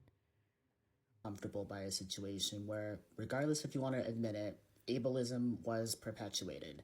And I think especially at the time, I think it's a very normal experience for people to have, to sometimes freeze up in the moment and go, I'm just going to play along because I just want to get out of the situation and I don't want this to be forever how people perceive me. Which again explains why I was trying... The way that people perceive you now, Aubrey Smalls, is people are perceiving you as a liar, an opportunistic liar. I perceive you that way. You are completely opportunistic right now. That's the way that I perceive you. You're a snake. To be so positive afterwards and thankful. I never want to burn bridges with anybody, which is why I thanked the crew, still thank the podcast host for allowing me the opportunity to come on. I know some people are also asking, why didn't you tell him you were uncomfortable? Why didn't you tell him to take the video down? And I would encourage you to think about power dynamics and how those come into play. Oh my God. Come on, dude. Come on, bro. Power dynamics. You live in two different states. You have no problem. You in your initial TikTok said that you are classy and you have no problem cursing people out. So now you want us to sit here and believe that there's a power dynamic, and you expect us to believe that you all of a sudden can't curse people out? Are you kidding me? Are you fucking kidding me? So what are you? What exactly are you? Who are you? Do you even know who you are? Because I don't think you realize who you are. I don't think you realize who you are as a person. You need to figure yourself out, because if you can't advocate for yourself, or if you can't sit there and stand up for yourself and ask for something because you're afraid of a power dynamic, then you will have a very difficult life to live. Very difficult life to live. Play when someone like me, who's already marginalized and harassed and made fun of on the internet, who has no platform. Everyone is made fun of on the internet. Telling someone with millions of followers to take a video down. And mind I tell you, I did say that I was uncomfortable with the episode that we filmed, which is why I wanted to come back on again to kind of start anew. How many times have you been at your job and maybe your boss or manager has said something to you that you have not agreed with or not felt comfortable with, but you didn't feel like you could tell them directly, hey, don't do that again, please? You know what's funny is that even like the Streisand effect is happening. Like, because you point out the episode and because you lied about it, like, people are even covering it even more. Like, now you have me covering it even more because you lied. I didn't even know who you were. You weren't even on my radar. And now here we are because you lied. Power dynamics are a real thing, especially when it comes to influential figures. I think the people who continue to fight against ableism, it means the world to me knowing that so many of you care. Yeah, like ableism is a pretty serious thing, right? But Jesus, you have to learn how to advocate for yourself. You got to learn how to put your foot down, because if you don't know how to advocate for yourself, or if you don't know how to stand up for yourself, you're going to live a very difficult life. Holy shit, dude. So deeply about things like this and want to see an equal and inclusive world for all, where nobody would find jokes about phobias of disabled people in our bodies appropriate or comedic or something that should be platformed. And despite the comments on Reddit being made about me in an ableist way, despite the DMs and messages that I'm getting and comments on these videos, I encourage you to move with kindness in response to them, because there's not going to be any good done by fighting fire with fire. I love you guys. Keep going. Hi, everyone. I don't love you, and I won't keep going. You're annoying. Fuck off. All right, you guys. So Ethan Klein responded, and he responded as of like yesterday. It was either yesterday or the day before. Let's check it out. Let's see. I think it was yesterday. Yeah, no, it was January 6th. He responded. Oh, that's quite the day to come to make a return. He responded January 6th to Aubrey. So let's take a look at the response. It seems like Ethan's fighting back towards the people that were lying on his name and bullshitting. So W to Ethan. It's really great that Ethan's putting his foot down and pushing back on those that are lying, those that are being silly, those that are just being little shitheads. Okay. You know, it's one thing that I absolutely don't like as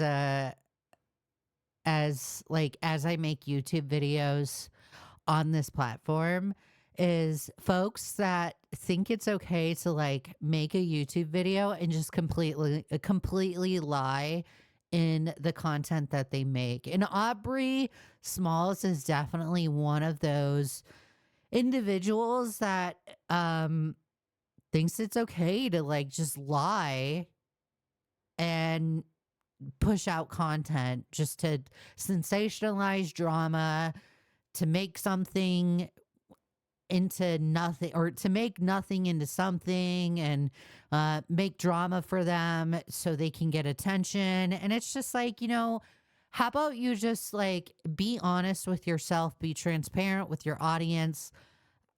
Had you just like stayed quiet, had you just shut the fuck up, just not participated in the drama, you wouldn't find yourself in this position where you're receiving flack because you've lied in a situation, and now you're being called an opportunistic liar by the likes of Ethan Klein.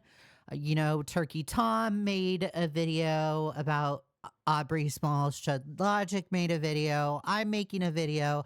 I'm sure other commentary creators, Nicholas Diorio, possibly reacted to this guy. I'm sure other commentary people are going to make videos about Aubrey Smalls. And it's just like, you wouldn't find yourself in this position had you just been honest with yourself and had you just known the reality of the situation. So let's see what Ethan has to say. First Hater Award. Aubrey. Oh boy. Now, if you don't remember Aubrey, let me refresh you. He is a little person and an activist. And there was a time during Jimmy Lee's arc on this show. Oh, and supposedly, while Jimmy Lee is facing allegations of SA, the show actually called him out on these allegations. So for Aubrey to sit there and say, well, it's the podcast that's facing the allegations. No, the podcast actually called Jimmy Lee out on these allegations. So like he even got that whole entire situation further wrong. It's not only he lied, but he also just like entirely got that whole entire situation incorrect. Where he was using the M. And look, I'm not a fan of Ethan Klein. I'm very judgmental when it comes to Ethan Klein. I'm just very judgmental. I've never really liked Ethan Klein. I used to listen to him back in the day until Hassan Piker, when they started the Leftover show. That's when I stopped listening to Ethan Klein because Hassan was on the show. I was not happy that Hassan joined the show. And that's when I stopped listening to him. And that's it. I've never liked Ethan, never really liked Hassan. I absolutely hate Hassan. So yeah. Word, which is really derogatory for little people. And we were trying to break through to him that he should not use that language anymore. Oh, let me clarify. I only listened to the show because of Trisha Paytas. I was a Trisha Paytas fan. Aubrey was a fan of the show at the time, and he wrote in wanting to participate in educating Jimmy Lee. Let's start by showing you the video he put out, and then we'll go over everything else. Yeah. So there was a podcast that I was on one time, and it was a horrible experience, and it's why I'm never going to go on another podcast again. And no, I will not be naming the podcast, even though some of you definitely know what I'm talking about. But they had a segment one time with the podcast owner's dad, and so like Aubrey. One thing I will say is like Aubrey, if you, with all this clout, all this expertise that you have, you're just the Renaissance person. You would think you would have better audio. You would think you would invest in a Rode microphone, but you can't even do that because you're dumb. So it's like, invest in a Rode microphone, please. How about you make your audio better? comedian who, mind you, the same podcast is now accusing of SA years later. But What is that? Did I do the essay? Like, what's the point of saying that? That he was on my show a few years ago, so then I like, what the fuck? Anyway, from the beginning, he's trying to bitch out and be like, I'm not going to say the show, so they can't respond to me. It's like everybody knows exactly what you're talking about, dude. Okay? Again, everybody knew exactly what show he was talking about because he doesn't go on a whole lot of shows.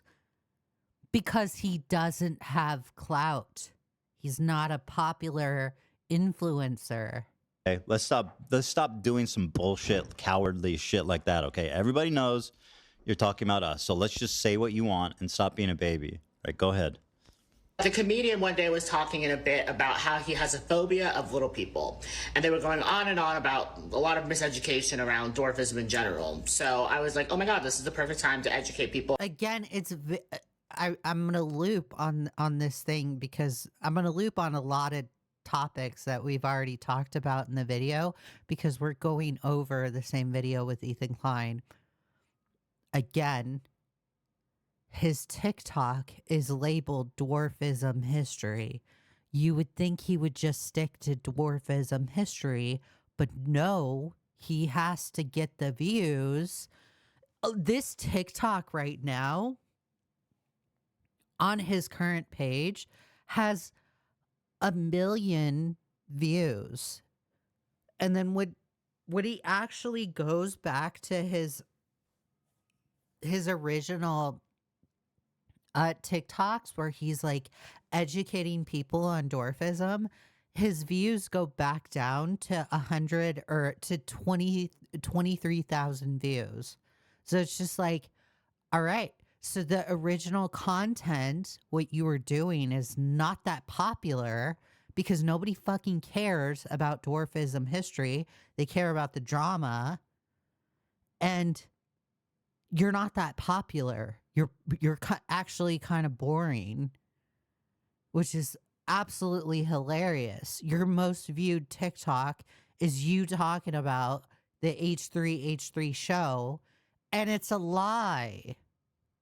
Well, we love a good educational moment, especially as a viewer at the time with dwarfism. So I wrote on their subreddit. I was like, hey, I'm a filmmaker and educator. I would love to come on and educate you guys and talk about the dwarfism community and specifically the phobia of little people, since I know that's such a gray area for a lot of people. So the post blew up. All the fans. It's not a gray area. People know about dwarfism. Like, Aubrey acts like we live in the 50s and nobody knows about dwarfism. Guy, I hate to break it to you. It is 2025. We lived in 2024. People know about dwarfism. There are television shows about dwarfism. Little People, Big Worlds was a very popular show about folks with a family with dwarfism. Like, we don't live in the 50s anymore. You're not the lead, you're not the representative of the dwarfism community, okay, of the little people community. So stop acting like we live in the 50s, because that's not the case whatsoever. Of the show were like, we would love to see Aubrey on the show. They reached out, and then next thing you know, I'm in the waiting room the next episode to talk to the comedian and the podcast owner's dad. And I thought this was going to be an educational little moment, but I was coming on to be a bit. They essentially had, leading up to my appearance, a whole compilation. That's an outright malicious lie. That's provable. I don't know why he's doing this. It's disgusting, especially considering, like, his whole point is, like, activism. And I feel like it was actually, like, a wholesome, good moment. And I mean, in terms of, like, teaching people about, like, a prejudice against little people, that was, and to imply that that wasn't the intention and that it was to bring him on and humiliate him or something is just a malicious, outright lie that I will prove to you. But I'm going to continue watching his video, and then I'll show you everything we've got. Of this guy, all the times that he said publicly on the internet that he's afraid of little people, and just a lot of derogatory jokes about little people. And then they were like, and drum roll, we have a little person to surprise you. And they brought me in with basically no warning. Oh my God. Why? I mean, no warning. Why would you say that? That's crazy. When it's so... there's so many receipts, dude. Like, what are you doing? You guys don't This remember? is so embarrassing. You don't remember us dragging him in? What does he mean, no warning? Like, I don't know. Like, we had him blindfolded and we walked him in? The warning existed. It was in writing. So Dan is saying that they what I'm assuming is they must have talked to him, and they must have been like, "Hey, just a FYI, you're coming into the show to talk to Jimmy Lee. Jimmy Lee is an insensitive person.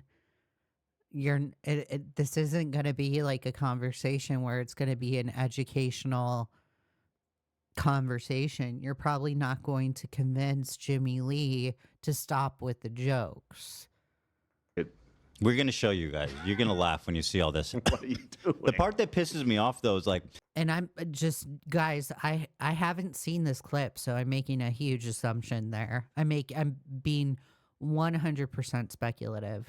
it's such a transparent attempt to cash in on all the people that hate me on TikTok. Like, it's so fucking transparent, bro, that it's pathetic. It's honestly pathetic, man. And so, I mean, I agree. It's very pathetic. you know, what I said at the time when I made a story about this is like, this shit's not paying out anymore. I'm not gonna sit here and let you lie about me. Like, fuck you, dude. It's so unfortunate because his TikTok is so informational, and he seems to be actually wanting to spread the word. But doing something like this, such a move just to get views, it goes against his whole thing about education. He really didn't think I'd respond because he must have known that we have can disprove literally everything he said. Yeah, it makes me really sad just because we were always on Aubrey's team. Yeah. We were not on Jimmy's team. You were never. Oh my God.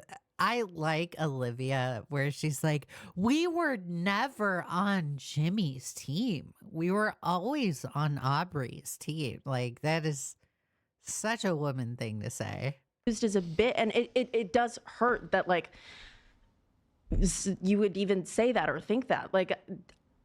None of us It's here. like Ethan said, he's cashing in. He made this cynically to cash in, and it just goes to show you the anti-Ethan hate, how fucking it. I think he was. I think the purpose was to cash in too.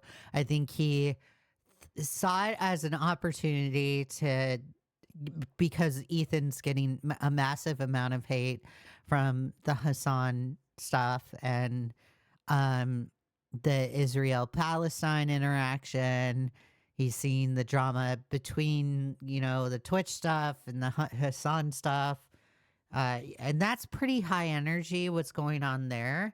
I'm even super passionate about it because I think there's some anti-Semitism there. And I don't like it because I'm Jewish. And I've never before, I've never really cared about that stuff like that. But when I see it from and it's so blatant like that, I have to care about stuff like that. Okay. Because that's just who I am. When it's blatant like that, it's just unacceptable. Right. And because that whole entire situation is just so high energy, I think there's a lot of people, a lot of snakes in the whole entire situation that's just like, oh, okay, well, you know what? Ethan's getting a lot of hate from a lot of stuff that happened in the past. I'm just going to go ahead and lie and cash in on his name. And Aubrey saw that opportunity. It's resonating on some of the social medias, Twitter. I wouldn't be surprised if some of Aubrey's audience, because Aubrey had said that when he came onto the show, this was before he even had a following. And it's surprising that he said that because he acted like he already had a following. He acted like he was already an influencer. He acted like he was a comedian. He acted like he was in the entertainment industry. Like he already acted like he was the all-knowing person, right? Fake it. There are lots of people in this world that will do the fake it till you make it, right? They're like the Wes Watsons of the world, right? Fake it till you make it. And I think Aubrey Smalls is one of those fake it till you make it individuals. And Aubrey had a slip up on the show where he admits that, like, you know, he didn't really have a following before he went on to the show. And I wouldn't be surprised if some of his audience members came from the show, and they probably, and this is speculation on my end, they probably went to Aubrey and they are probably like, well, what do you think now that Ethan's getting canceled? And they're probably Hassan. They could be possibly Hassan stands. And again, this is speculation, guys. I don't know if this is actually truthful. But they could have been like, I hate Ethan. And then Aubrey probably pandered to his audience and was like, oh yeah, I hate Ethan too. And then he made the TikTok where it's like, oh yeah, I'll never, I'm selective with what podcast I go on, because I went on this, I had this one experience with this podcast, and and I had to disassociate for 30 seconds, and it was just so, this experience was just so horrible, and oh my God. And it was a complete lie. And TikTok, because like, they'll convince themselves pretty much of anything. Like, oh yeah, of course Ethan brought out a little person to humiliate him for no reason, like a sideshow or some shit. You know, fuck you, bro. Yeah, and it's like the people seeing this, they're not going to go watch the segment. They're just going to take his word Why for should it. they not believe him? Yeah. Who would, you know, yeah. And when looking through the Reddit about things about him and like putting all the pieces together this morning, like I've seen multiple things of our viewers sharing. It's like, Aubrey's doing this, let's go support him. And like that, our viewers have always been so supportive, and like we've come back to it, like brought up donations. It's pretty sad where it's just like they still continue to support him, and it's like he lied in this entire situation. And again, look, I don't like Ethan Klein.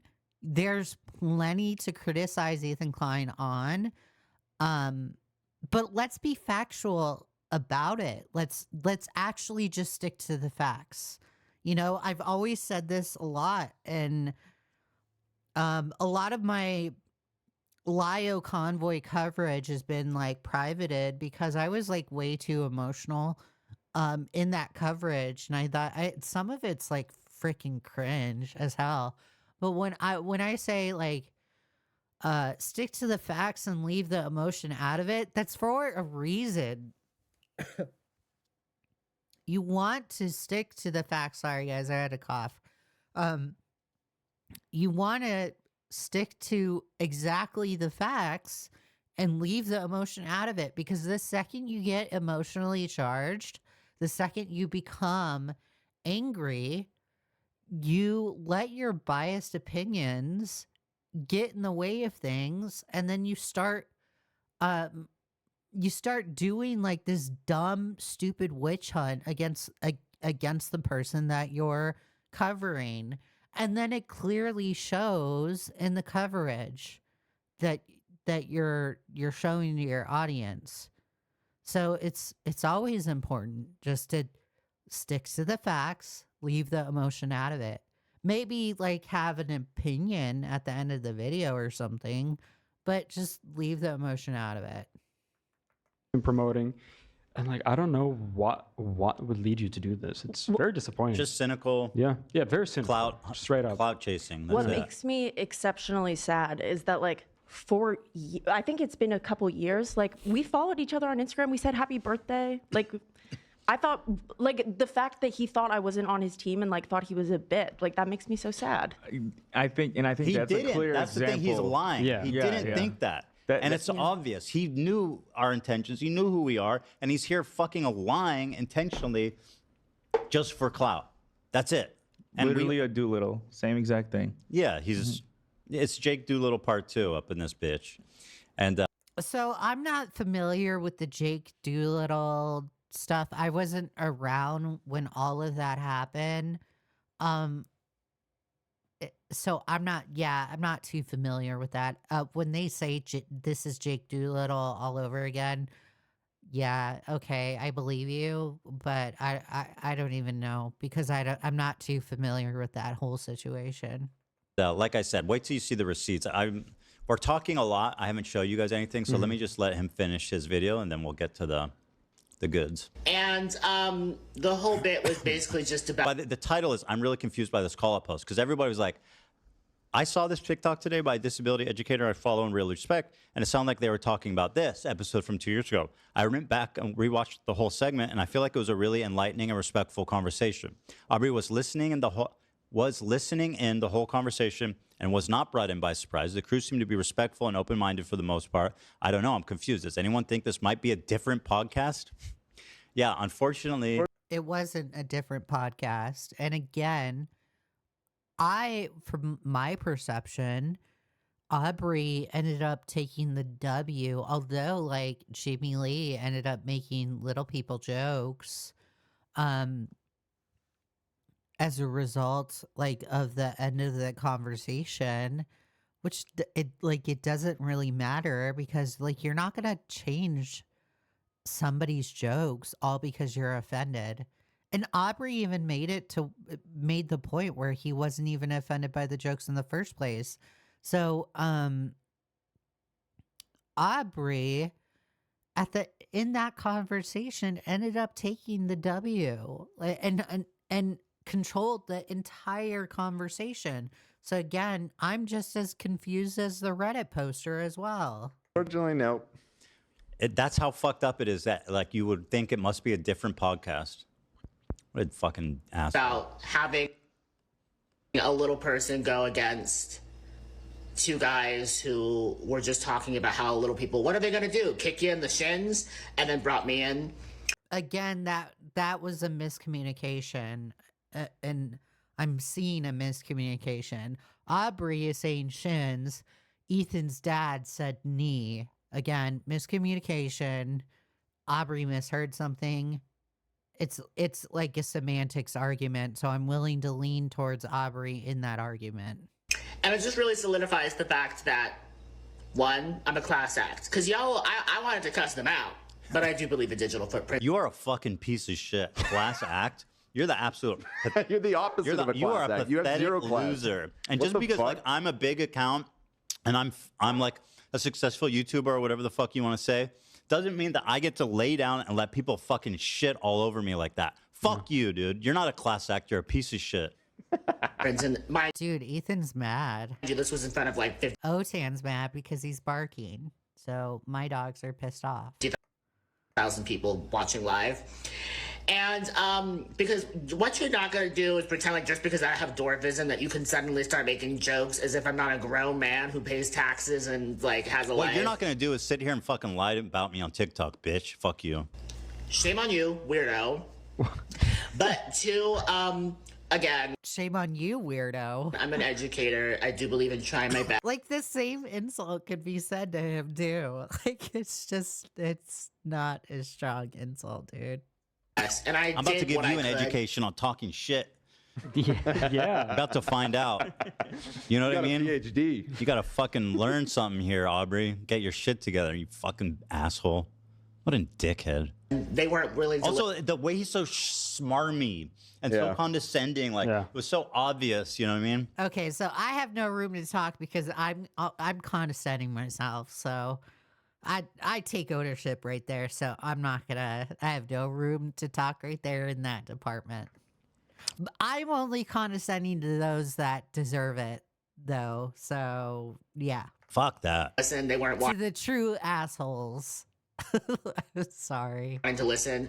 The whole crew was just laughing the whole time, and he's going after you guys. So that hurts. Yeah. That like hurts to hear. Like, no, we weren't.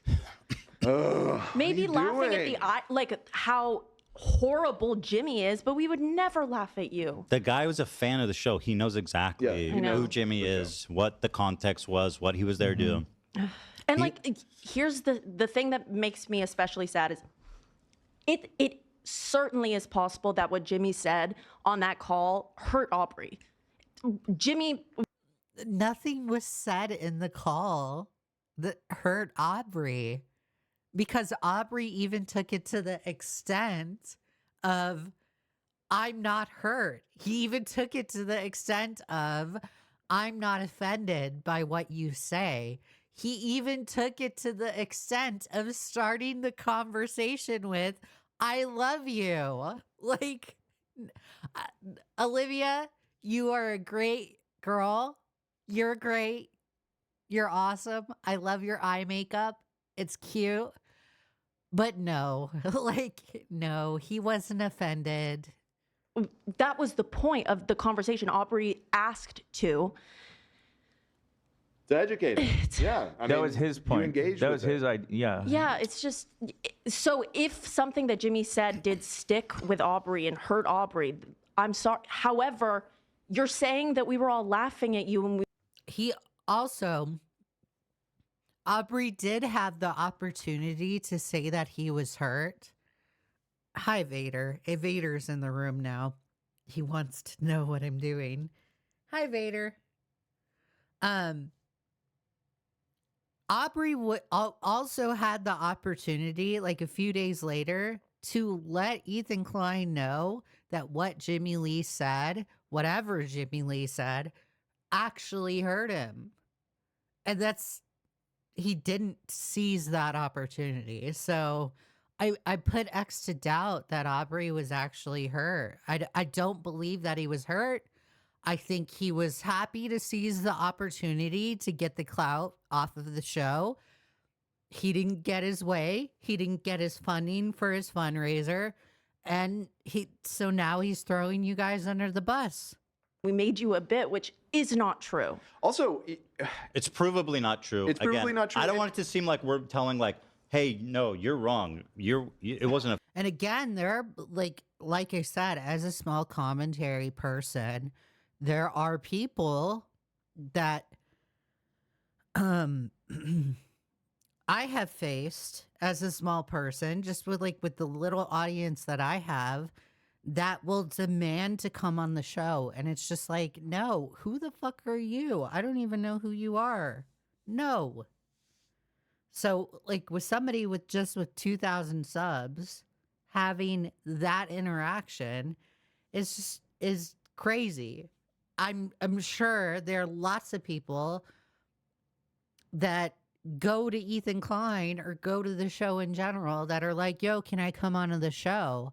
And Aubrey was probably one of those people that had the expectation of being on the show as a regular, and he didn't get that expectation met. So now he's all pissed off.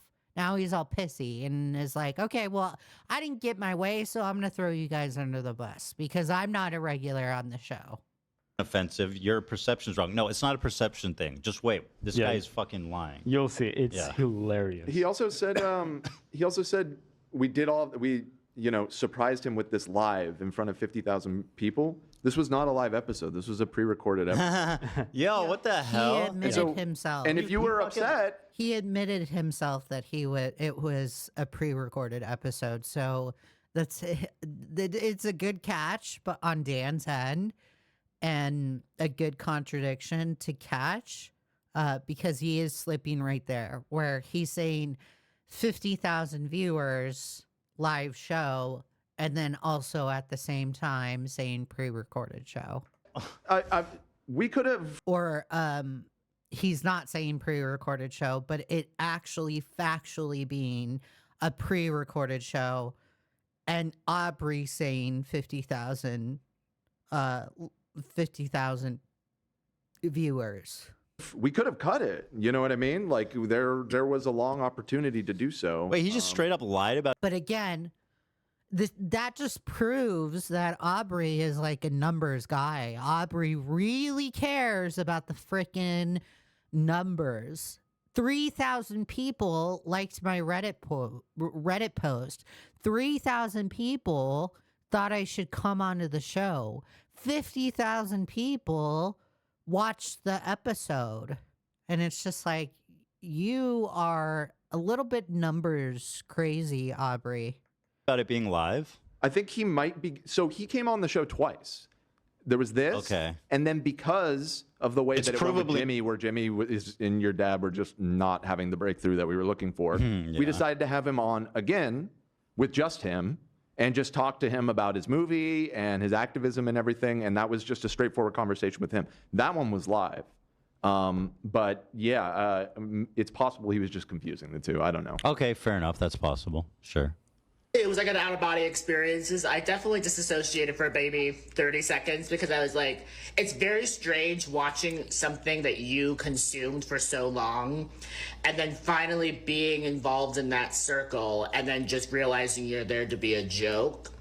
Very weird thing. And it really, now I don't even understand how he thought he was there to be a joke, because like, again, that entire conversation was a conversation that he was in control of, and he took the W in. So conscious of what I say yes to and the things that I say and participate in. And the only podcast I listen to now, because I ain't listening to that anymore, is Do We Know Them? Because you guys know how annoying that guy Ethan likes killing Palestinian babies. Can I get some wayos? Oh my God. In chat. I think a part of this too is that like people were like, weren't you on the H3 show? Because people are so fucking pathetic. Yeah, right. Potentially. And he's like, no, they were actually mean to me and they hate. Dude, if people are actually doing that, where they're going around being like, weren't you on the H3 show? That is actually insane. That is crazy. Hate little people and yeah. Who's watching that show? Not me. And this is where it becomes worse, in my opinion. He's like, I was a fan of that show for years, but all of a sudden now, everything he's done before I started watching is too offensive for me.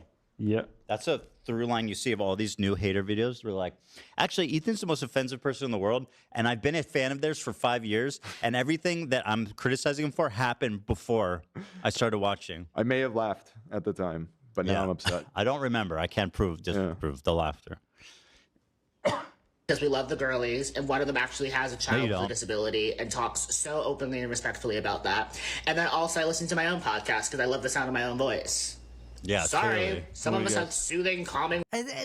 Again, it's so weird that like he listens to his own podcast because he likes the sound of his own voice. Like, weird. That is so weird. Voices that's enjoyable to listen to. No. Not in this case. Was this whole thing a plug for his own podcast? I mean, yeah, it's all self-serving, just an outright lie. Yeah. But don't worry about me, though. I'm doing bigger and better things. At the time, I had just started working on my documentary, and I was also told them... Again, the documentary hasn't even been released, and he started working on it 2 years ago. that I would love to talk to people about that and why I was making a documentary about little people that actually hired little people behind the camera and in front of the camera in the first place, you know, because of issues like us being constantly used as like... Also, the plot on the documentary keeps changing throughout the videos as it's progressing. Earlier in the video, he talked about how the documentary is about YouTube and how YouTube doesn't care about little people and how YouTube allows the bullying of little people to happen, right? Because he's a little person that gets bullied on YouTube. And then now in this video, it's about how, oh, little people get hired for things. And it's like, what is the actual plot of this documentary? What is it? I don't think you actually realize what your documentary is about. Like, I'm scared of little people and the experiences that we have. But that fundraiser, it took a long time to reach our goal, but we finally did a couple months ago in the summer, which is really exciting. And also... Yeah, it took you 2 years to reach the funding. Like, oh my God. Oh my God. Still hot, so... And the podcast owner now is crashing out on the internet publicly, so... Oh yeah, but you're not celebrating that somebody's downfall. Right, okay. And that detail is important. Why? You know what I mean? Like, it's so obvious, bro. I'm crashing out. Like, what the fuck? What does that have to do with me? This story, apparently. I am about to crash out. That's true. I'm about to fucking crash land on your fucking reputation, dude, because you're a liar. Here, let me see. Is it? Did he erase it, or? That's what I'm wondering. Because I know. I'm looking for it. I think he probably panicked when I responded. I responded on Instagram Live when I saw this, and Instagram story or Instagram story. Yeah. Do we have that? I tried to look for the Instagram story and I couldn't find the story. It's in and of itself. So apologies. If they pull it up, that would be awesome. Yeah, one sec. Here, yeah, I got it. So when I saw this originally, I was like, dude, what the fuck, man? I said, oh, sorry, I found it. I found the original one, 1.3 million. Yeah, and this is what I'm. Yeah, 1.3 million views, but then like any other post that he makes on his TikTok, 23,000. Saying, look how easy it is to defame me. And this is actual defamation. This is real. Look, 170,000 likes. But how many views does he usually get? Let's take a look here. Let's take a look at his latest videos. Yeah, see, 24,000, 122,000, 94,000, 289,000. Like he gets nowhere near the views that he gets from Ethan. 15,000, 18,000, 18,000. Yeah, I understand why you fucking came for me, you asshole. You douchebag, liar. I should sue fucking people like this. This account is sadly at risk. Like, bro, you can't talk. You can't say anything you want about people. You know, don't lie. That's it. So anyway, of course he. Honestly, I think he should. I think he should sue. He cleaned up good. He got a ton of views, ton of likes, tons of sympathy for something that didn't happen, and I continue to get defamed all over the internet. Here's what I said. I said, enough with these weak-ass call-outs trying to cash out on H3 hate. This shit is not paying out anymore. Fuck this dude. We have insane amount of receipts to disprove everything. I see you trying to erase shit too. Don't worry, we have it all saved. He was trying to erase receipts right after I called him out. Why the fuck would you even make this video? Jake Doolittle levels of self-owning. Enjoy the new year, dipshit. Yeah. We had just went on break, so I was like, enjoy the time between now and then.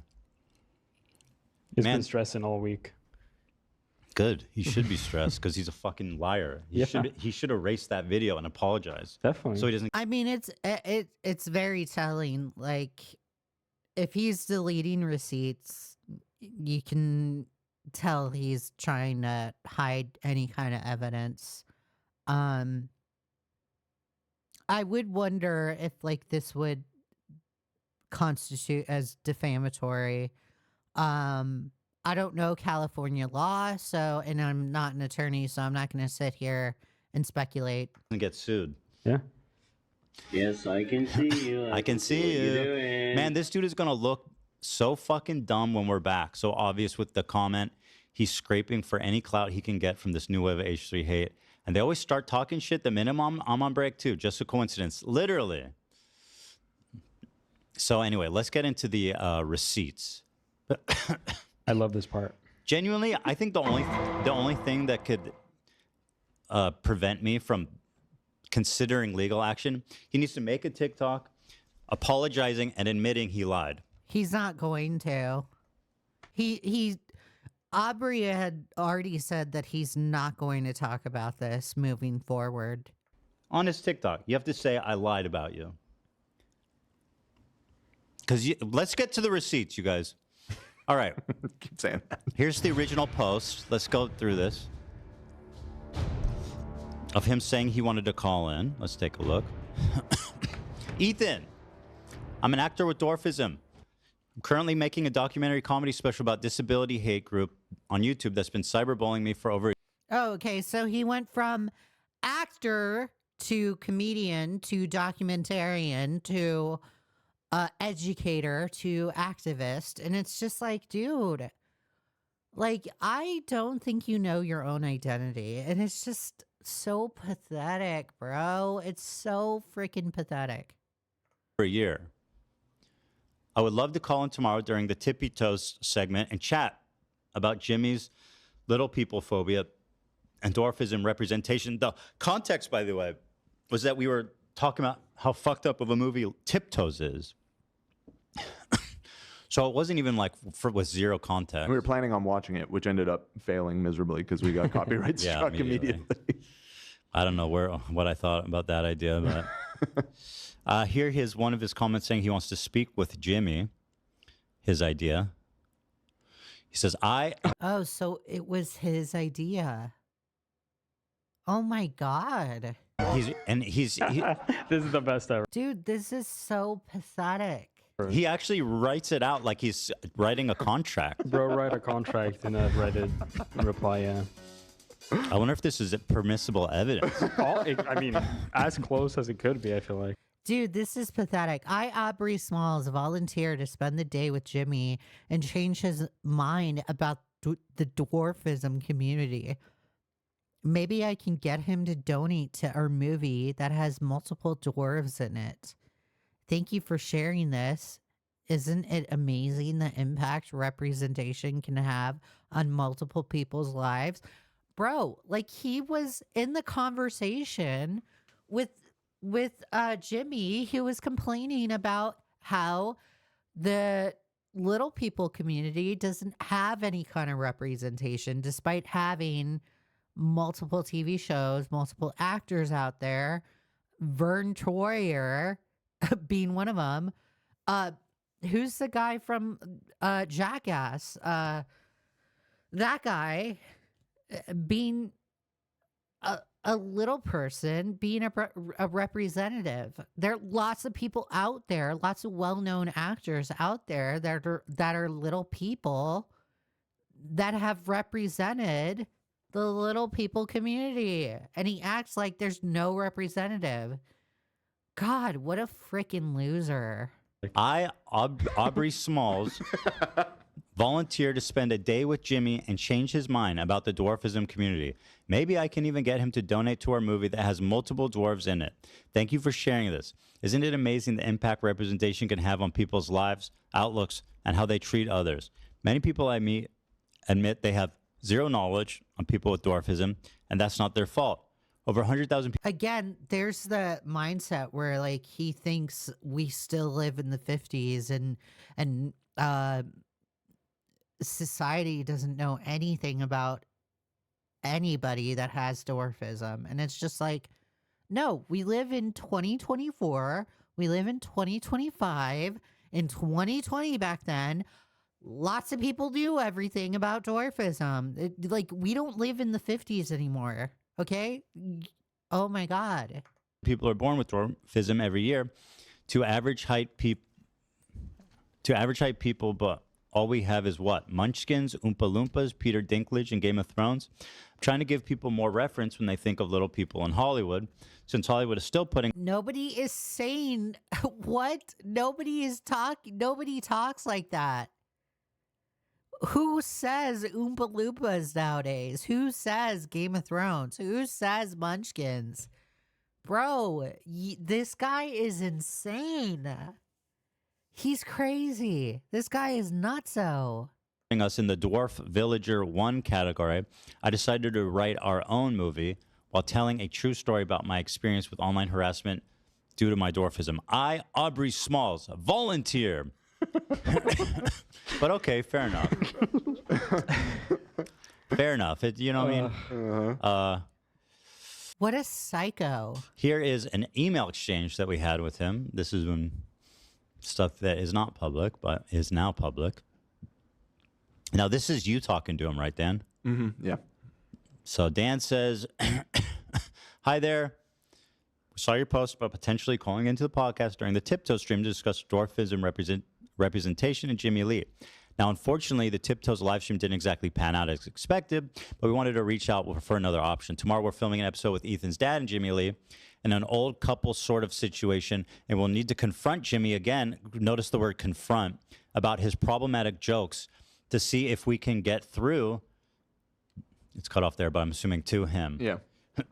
Oh, so the entire thing was a confrontation. The clips we want to ask him about is the dwarfism jokes from the previous appearance of his. We tell him specifically what we're... Super specific about what we were doing. Totally transparent. Like Jimmy had said... Fully aware. I forget what he said, but it was something really super offensive to little people. Mm-hmm. We had talked about it. We had acknowledged it. And we had told him specifically what it was. Now, what we wanted to ask, would you be interested in calling in to discuss with him why his joke might be offensive? We'll totally be there to back you up during the conversation because he has to chill out a bit. Ha. If you're not comfortable with this, we totally understand. Another option would be just send in a video message and we can play it for him during the recording. Would you? Oh my God. So the show even gave him an out. If you're not comfortable with that, we totally understand. They gave him an option. Oh my God, what a complete dishonest actor. Would you be interested in either of those options? We're taping tomorrow around 12 p.m. Let me know. Thanks so much for reading and looking forward to hearing from you. So again, we gave him not only the option, we told him exactly what was going to happen. Yeah. He was going to come in, he was going to confront Jimmy Lee on this specific joke. That there would be a compilation of his previous jokes and then that we would confront him about it, which is exactly what he cited as being like, you know, him not being in the loop. We blindsided him. That we blindsided him. And then we even gave him the option like, hey, if this sounds like too, you know, dicey. Yeah, if you don't want to do that, here's an alternative option. And then, of course, there's also the option of if you're not comfortable doing it, you don't have to do it at all. Yeah, because... What a piece of shit. Like, this is just absolutely insane. They gave him options, and he still decided to go on the show. What a clout hungry little goblin. I'm just gonna say it. He's like, there were fail safes set in place. He had options given to him, and he still decided to go on the show because he wanted clout. And he's still not satisfied, so then he still needed more clout to this day and still continued to lie. Because our intentions were good. We wanted him to feel comfortable and have a wholesome experience where he came out looking and feeling good about it. Yeah. And that is what happened. Yeah. We also were thrilled to platform an educational creator who could teach Jimmy. Well, you're not really educational anymore if you're just going to straight up lie about the facts of the situation. I would say your credibility is gone as an educational influencer if you're going to straight up lie about simple facts like this. It was a win-win-win. We were thrilled. So we thought. He responds, hi, hope you're doing well. Thanks for the response. I'll be totally down to call into the chat with them, and I'm available tomorrow at 12 p.m. PST. Perfect. Thank you so much. I will shoot you an email tomorrow around 11, and we can set up a Zoom test, and then we'll be looking forward to chatting on the show. Thanks, Aubrey. Talk soon. Sounds great. Continuing on. You sent him a thank you? Yeah, so this is afterwards. After the show, Dan sent him a thank you. After the recording. Hadn't aired yet. Keep in mind, this is just we was not recorded live. it. This was in not the live. tank. Yep. Hi, Aubrey. Thank you for calling in. That got a little spicy, and we appreciate you trying your best to educate and inform using the platform. Not sure how it will resonate with Jimmy's long term, but we definitely going to debrief with him and talk it out. Hopefully it wasn't too much for you. They're more resistant than expected. We will keep you posted on when it will come out. Thanks again, and let me know if you have any questions. Aubrey said, thanks for having me. Such an honor to chat, even though I know things got awkward for everybody. I would honestly love to chat about calling back in to talk about what the Reddit post was actually about. I was really inspired by that. What, like, why? So he wants to call in again to further explain what the Reddit post is actually about? Like, nobody gives a fuck about the Reddit post. Why are you making a segment just about a Reddit post? Like, bro. The outpouring of support from fellow H3 listeners who are rooting for a positive discussion on dwarfism. The dwarfism representation outside of Jimmy's comments. I'm usually not so serious, and neither is the project I'm making. It's more surrealistic, artistic, educational content than anything. Haha. I know we didn't have a chance to do that today, but I've seen the positive impact H3 has had in the YouTube atmosphere, and I would love to chat about the chance to move the to move the ball forward. I lost my spot because it zoomed in. Move the ball forward for the community. I know. Oh, there you go. I know. And I know, love. and plus, I know and love to. Let me read that again. To push the ball forward for the community I know and love. Plus, Ethan the other night said, disabled people are heroes, and I agree. There are so many iconic people with dwarfism out there that your listeners seem to be down to talk more about. So I wanted to see what your thoughts were on this. Let me know what you think. He seems to like me. Yeah. Dude, oh God, I hate this. He uses the same signature line in emails, and this is me just being like completely professional manufacturing manager, but he uses the same signature line as me, and I hate it because I use the same ending. When I write my emails, I write best. He does the same thing. I hate this. I'm changing my email ending. Fuck you. Fuck you. I hate you. He seems to respect me at this time. For he's, interesting. Now I'm crashing out. He's getting his revenge on me because I'm crashing out. We continue. Dan responds to him. Yeah. We would love to have you call back in. We are editing the episode together for next week as we have a guest tomorrow, so it'll likely be out next Friday. And then once it's out, we would love to debrief and talk more about your post and project. Once our editor finalizes it and we lock in the date, I'll be sure to let you know ASAP. You're the best. Talk soon. Hi, Aubrey. I know it's a bit last minute, but is there any chance you'd be available to call in today? We're currently live and would love to hear from you. I would love to. I'm watching now. Oh, he sounds like a big fan. Uh-huh. Thank you guys for making it happen and being so cool. You guys rock. Please let everyone know how thankful I am, he said after the show. What a clout hungry little Dan said, appreciate you, Aubrey. fucker. So does our audience. They were so thrilled with your call. That was great, and we're all thankful for the insight you provided. Best wishes and good luck on your project. That sounds like a horrible fucking experience you had. Yeah, totally. He needed to disassociate so badly in that interaction. We abused completely blindsided. We made it, and what a joke we made out of him. Oh my God! He also made a public Reddit post, which unfortunately I was not able to screenshot before he deleted it, and I couldn't find a backup. Oh, I thought we had it. It was the same general sentiment. It was a public thank you so much for having me on, and thanking the community for all the support and everything. It was just all good vibes. It was just nothing but positive vibes about the whole thing. So here he is calling in during the episode to debrief. All right, well, we have Aubrey on the phone. We do. Okay, so I'm going to skip this part because we already have him. We already have him calling in. So I really don't care about that part. What is That's this? enough for them to automatically. I could not imagine being in that moment. I'm glad you had so much grace because I do not. I'm glad you are here sharing your story as well. Then Aubrey writes, I felt like the wind got knocked out of me. Nevertheless, we continue to thrive. Like, bro, you're so freaking delusional, dude. Automatically hate me. I could not imagine being in that moment. I'm glad you had such grace because I do not. I'm glad you're here now and sharing your story as well. It felt, and then Aubrey says, it felt like the wind got knocked out of me, but nevertheless, we continue to thrive. Shut the fuck up, you liar. You What a victim mentality mindset. liar. Can't you do Douchebag. something like that you don't have to lie about to get clout?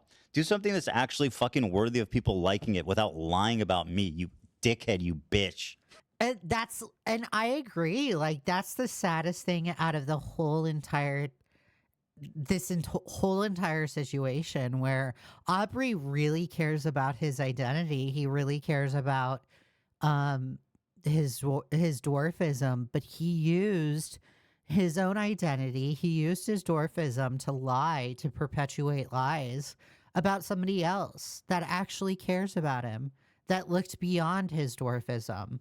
And that's really sad. That's so dark. Anyway. Was it worth all the Okay, so I'm gonna fast forward through that. By the way, isn't it funny that he erased his account and the post, right? Liar, dude. Shout out to the Dwa family. It's Aubrey. I'm the person with dwarfism who called in. Thank you to Ethan, the crew, and everyone in chat for being so welcoming and respectful. And shout out to Cam for the editing. If anybody wants to donate to our film, I have 16. Oh, okay. Wow, it's almost like he's intentionally lying. You're a fucking liar, dude. Weasley, little liar, dude. Oh, I'm so happy. You're so brave. I can't believe you sat across from that Nazi fascist. Why the fuck you lying? I'm not surprised he hates little people. You're so brave. Thank you for sharing the story with me. We love you, Aubrey. Why you always lying? By the way, next video, 20,000 views. Nobody gives a fuck. They come for the hate. They tell you how great you are, and then they move the fuck on because they don't care about you exactly or anything you're about. They don't give a shit about dwarf activism. They don't care about any of the fucking shit that you're trying to spread. They just want to come there, hate on me for being like a Nazi, a fascist, and move the fuck on. Literally, how is Ethan a Nazi? He's Jewish. I have so many questions there. Dude, so that's what you got.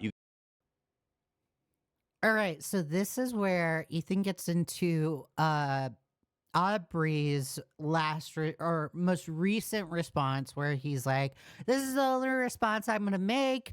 I'm not being a clout hungry goblin, you guys. I swear." Everybody knew what you're talking about. Like, stop. Just stand on your shit. Yeah, exactly. If you're gonna talk shit, at least don't be a coward like this. It's so obvious. We know what you're talking about, dude. Everybody immediately knew. Have figured it out. So I wanted to address the comments and questions in the recent Instagram post that Ethan Klein made about me a few minutes ago. This is a deeply... Already he's the victim. This man lied about me to fucking millions of people. He's always tried to perpetuate or portray himself as the victim. It's pretty pathetic. Farmed Clout, and he's now already the victim before I even got an opportunity to respond. A personal and important topic for me, so I wanted to take some time to set the record straight and share my side of the story. There's been a lot of conversation from Ethan. Did you already do that? Klein's fans about me trying to clout chase by sharing this story, which again never mentioned his name, and that I'm trying to capitalize. Bro, you're such a coward ever. Like, come on, dude. You are such a coward. Did you really think that was gonna let you sidestep accountability? Like, are you that dumb? Maybe you are that dumb. So is this video before or after you tried to remove the evidence of... This is after he tried to remove the evidence. Exactly, Yeah, this is after. Hilarious. Is off of Ethan's current situation. That couldn't be further from the truth, so I wanted to make this video to explain everything. Then what? If that couldn't be further from true, why did you comment about how I'm crashing out on the internet at the end? If that's not unrelated, then why the fuck did you even say that? Exactly. You know? So totally true. Exactly. He was celebrating the fact that you are going through a cancellation, or not even a cancellation. You just have a ton of psychotic people going around ridiculing you or judging you because of your past actions, because you're going after their hero, Hassan Piker, for the anti-Semitic things that he's done. So it's great to hear Ethan make the same point as me, where it's like, yeah, you were celebrating the fact that that I'm having a downfall, and you're just gonna gaslight us into thinking that you weren't, which is complete bullshit.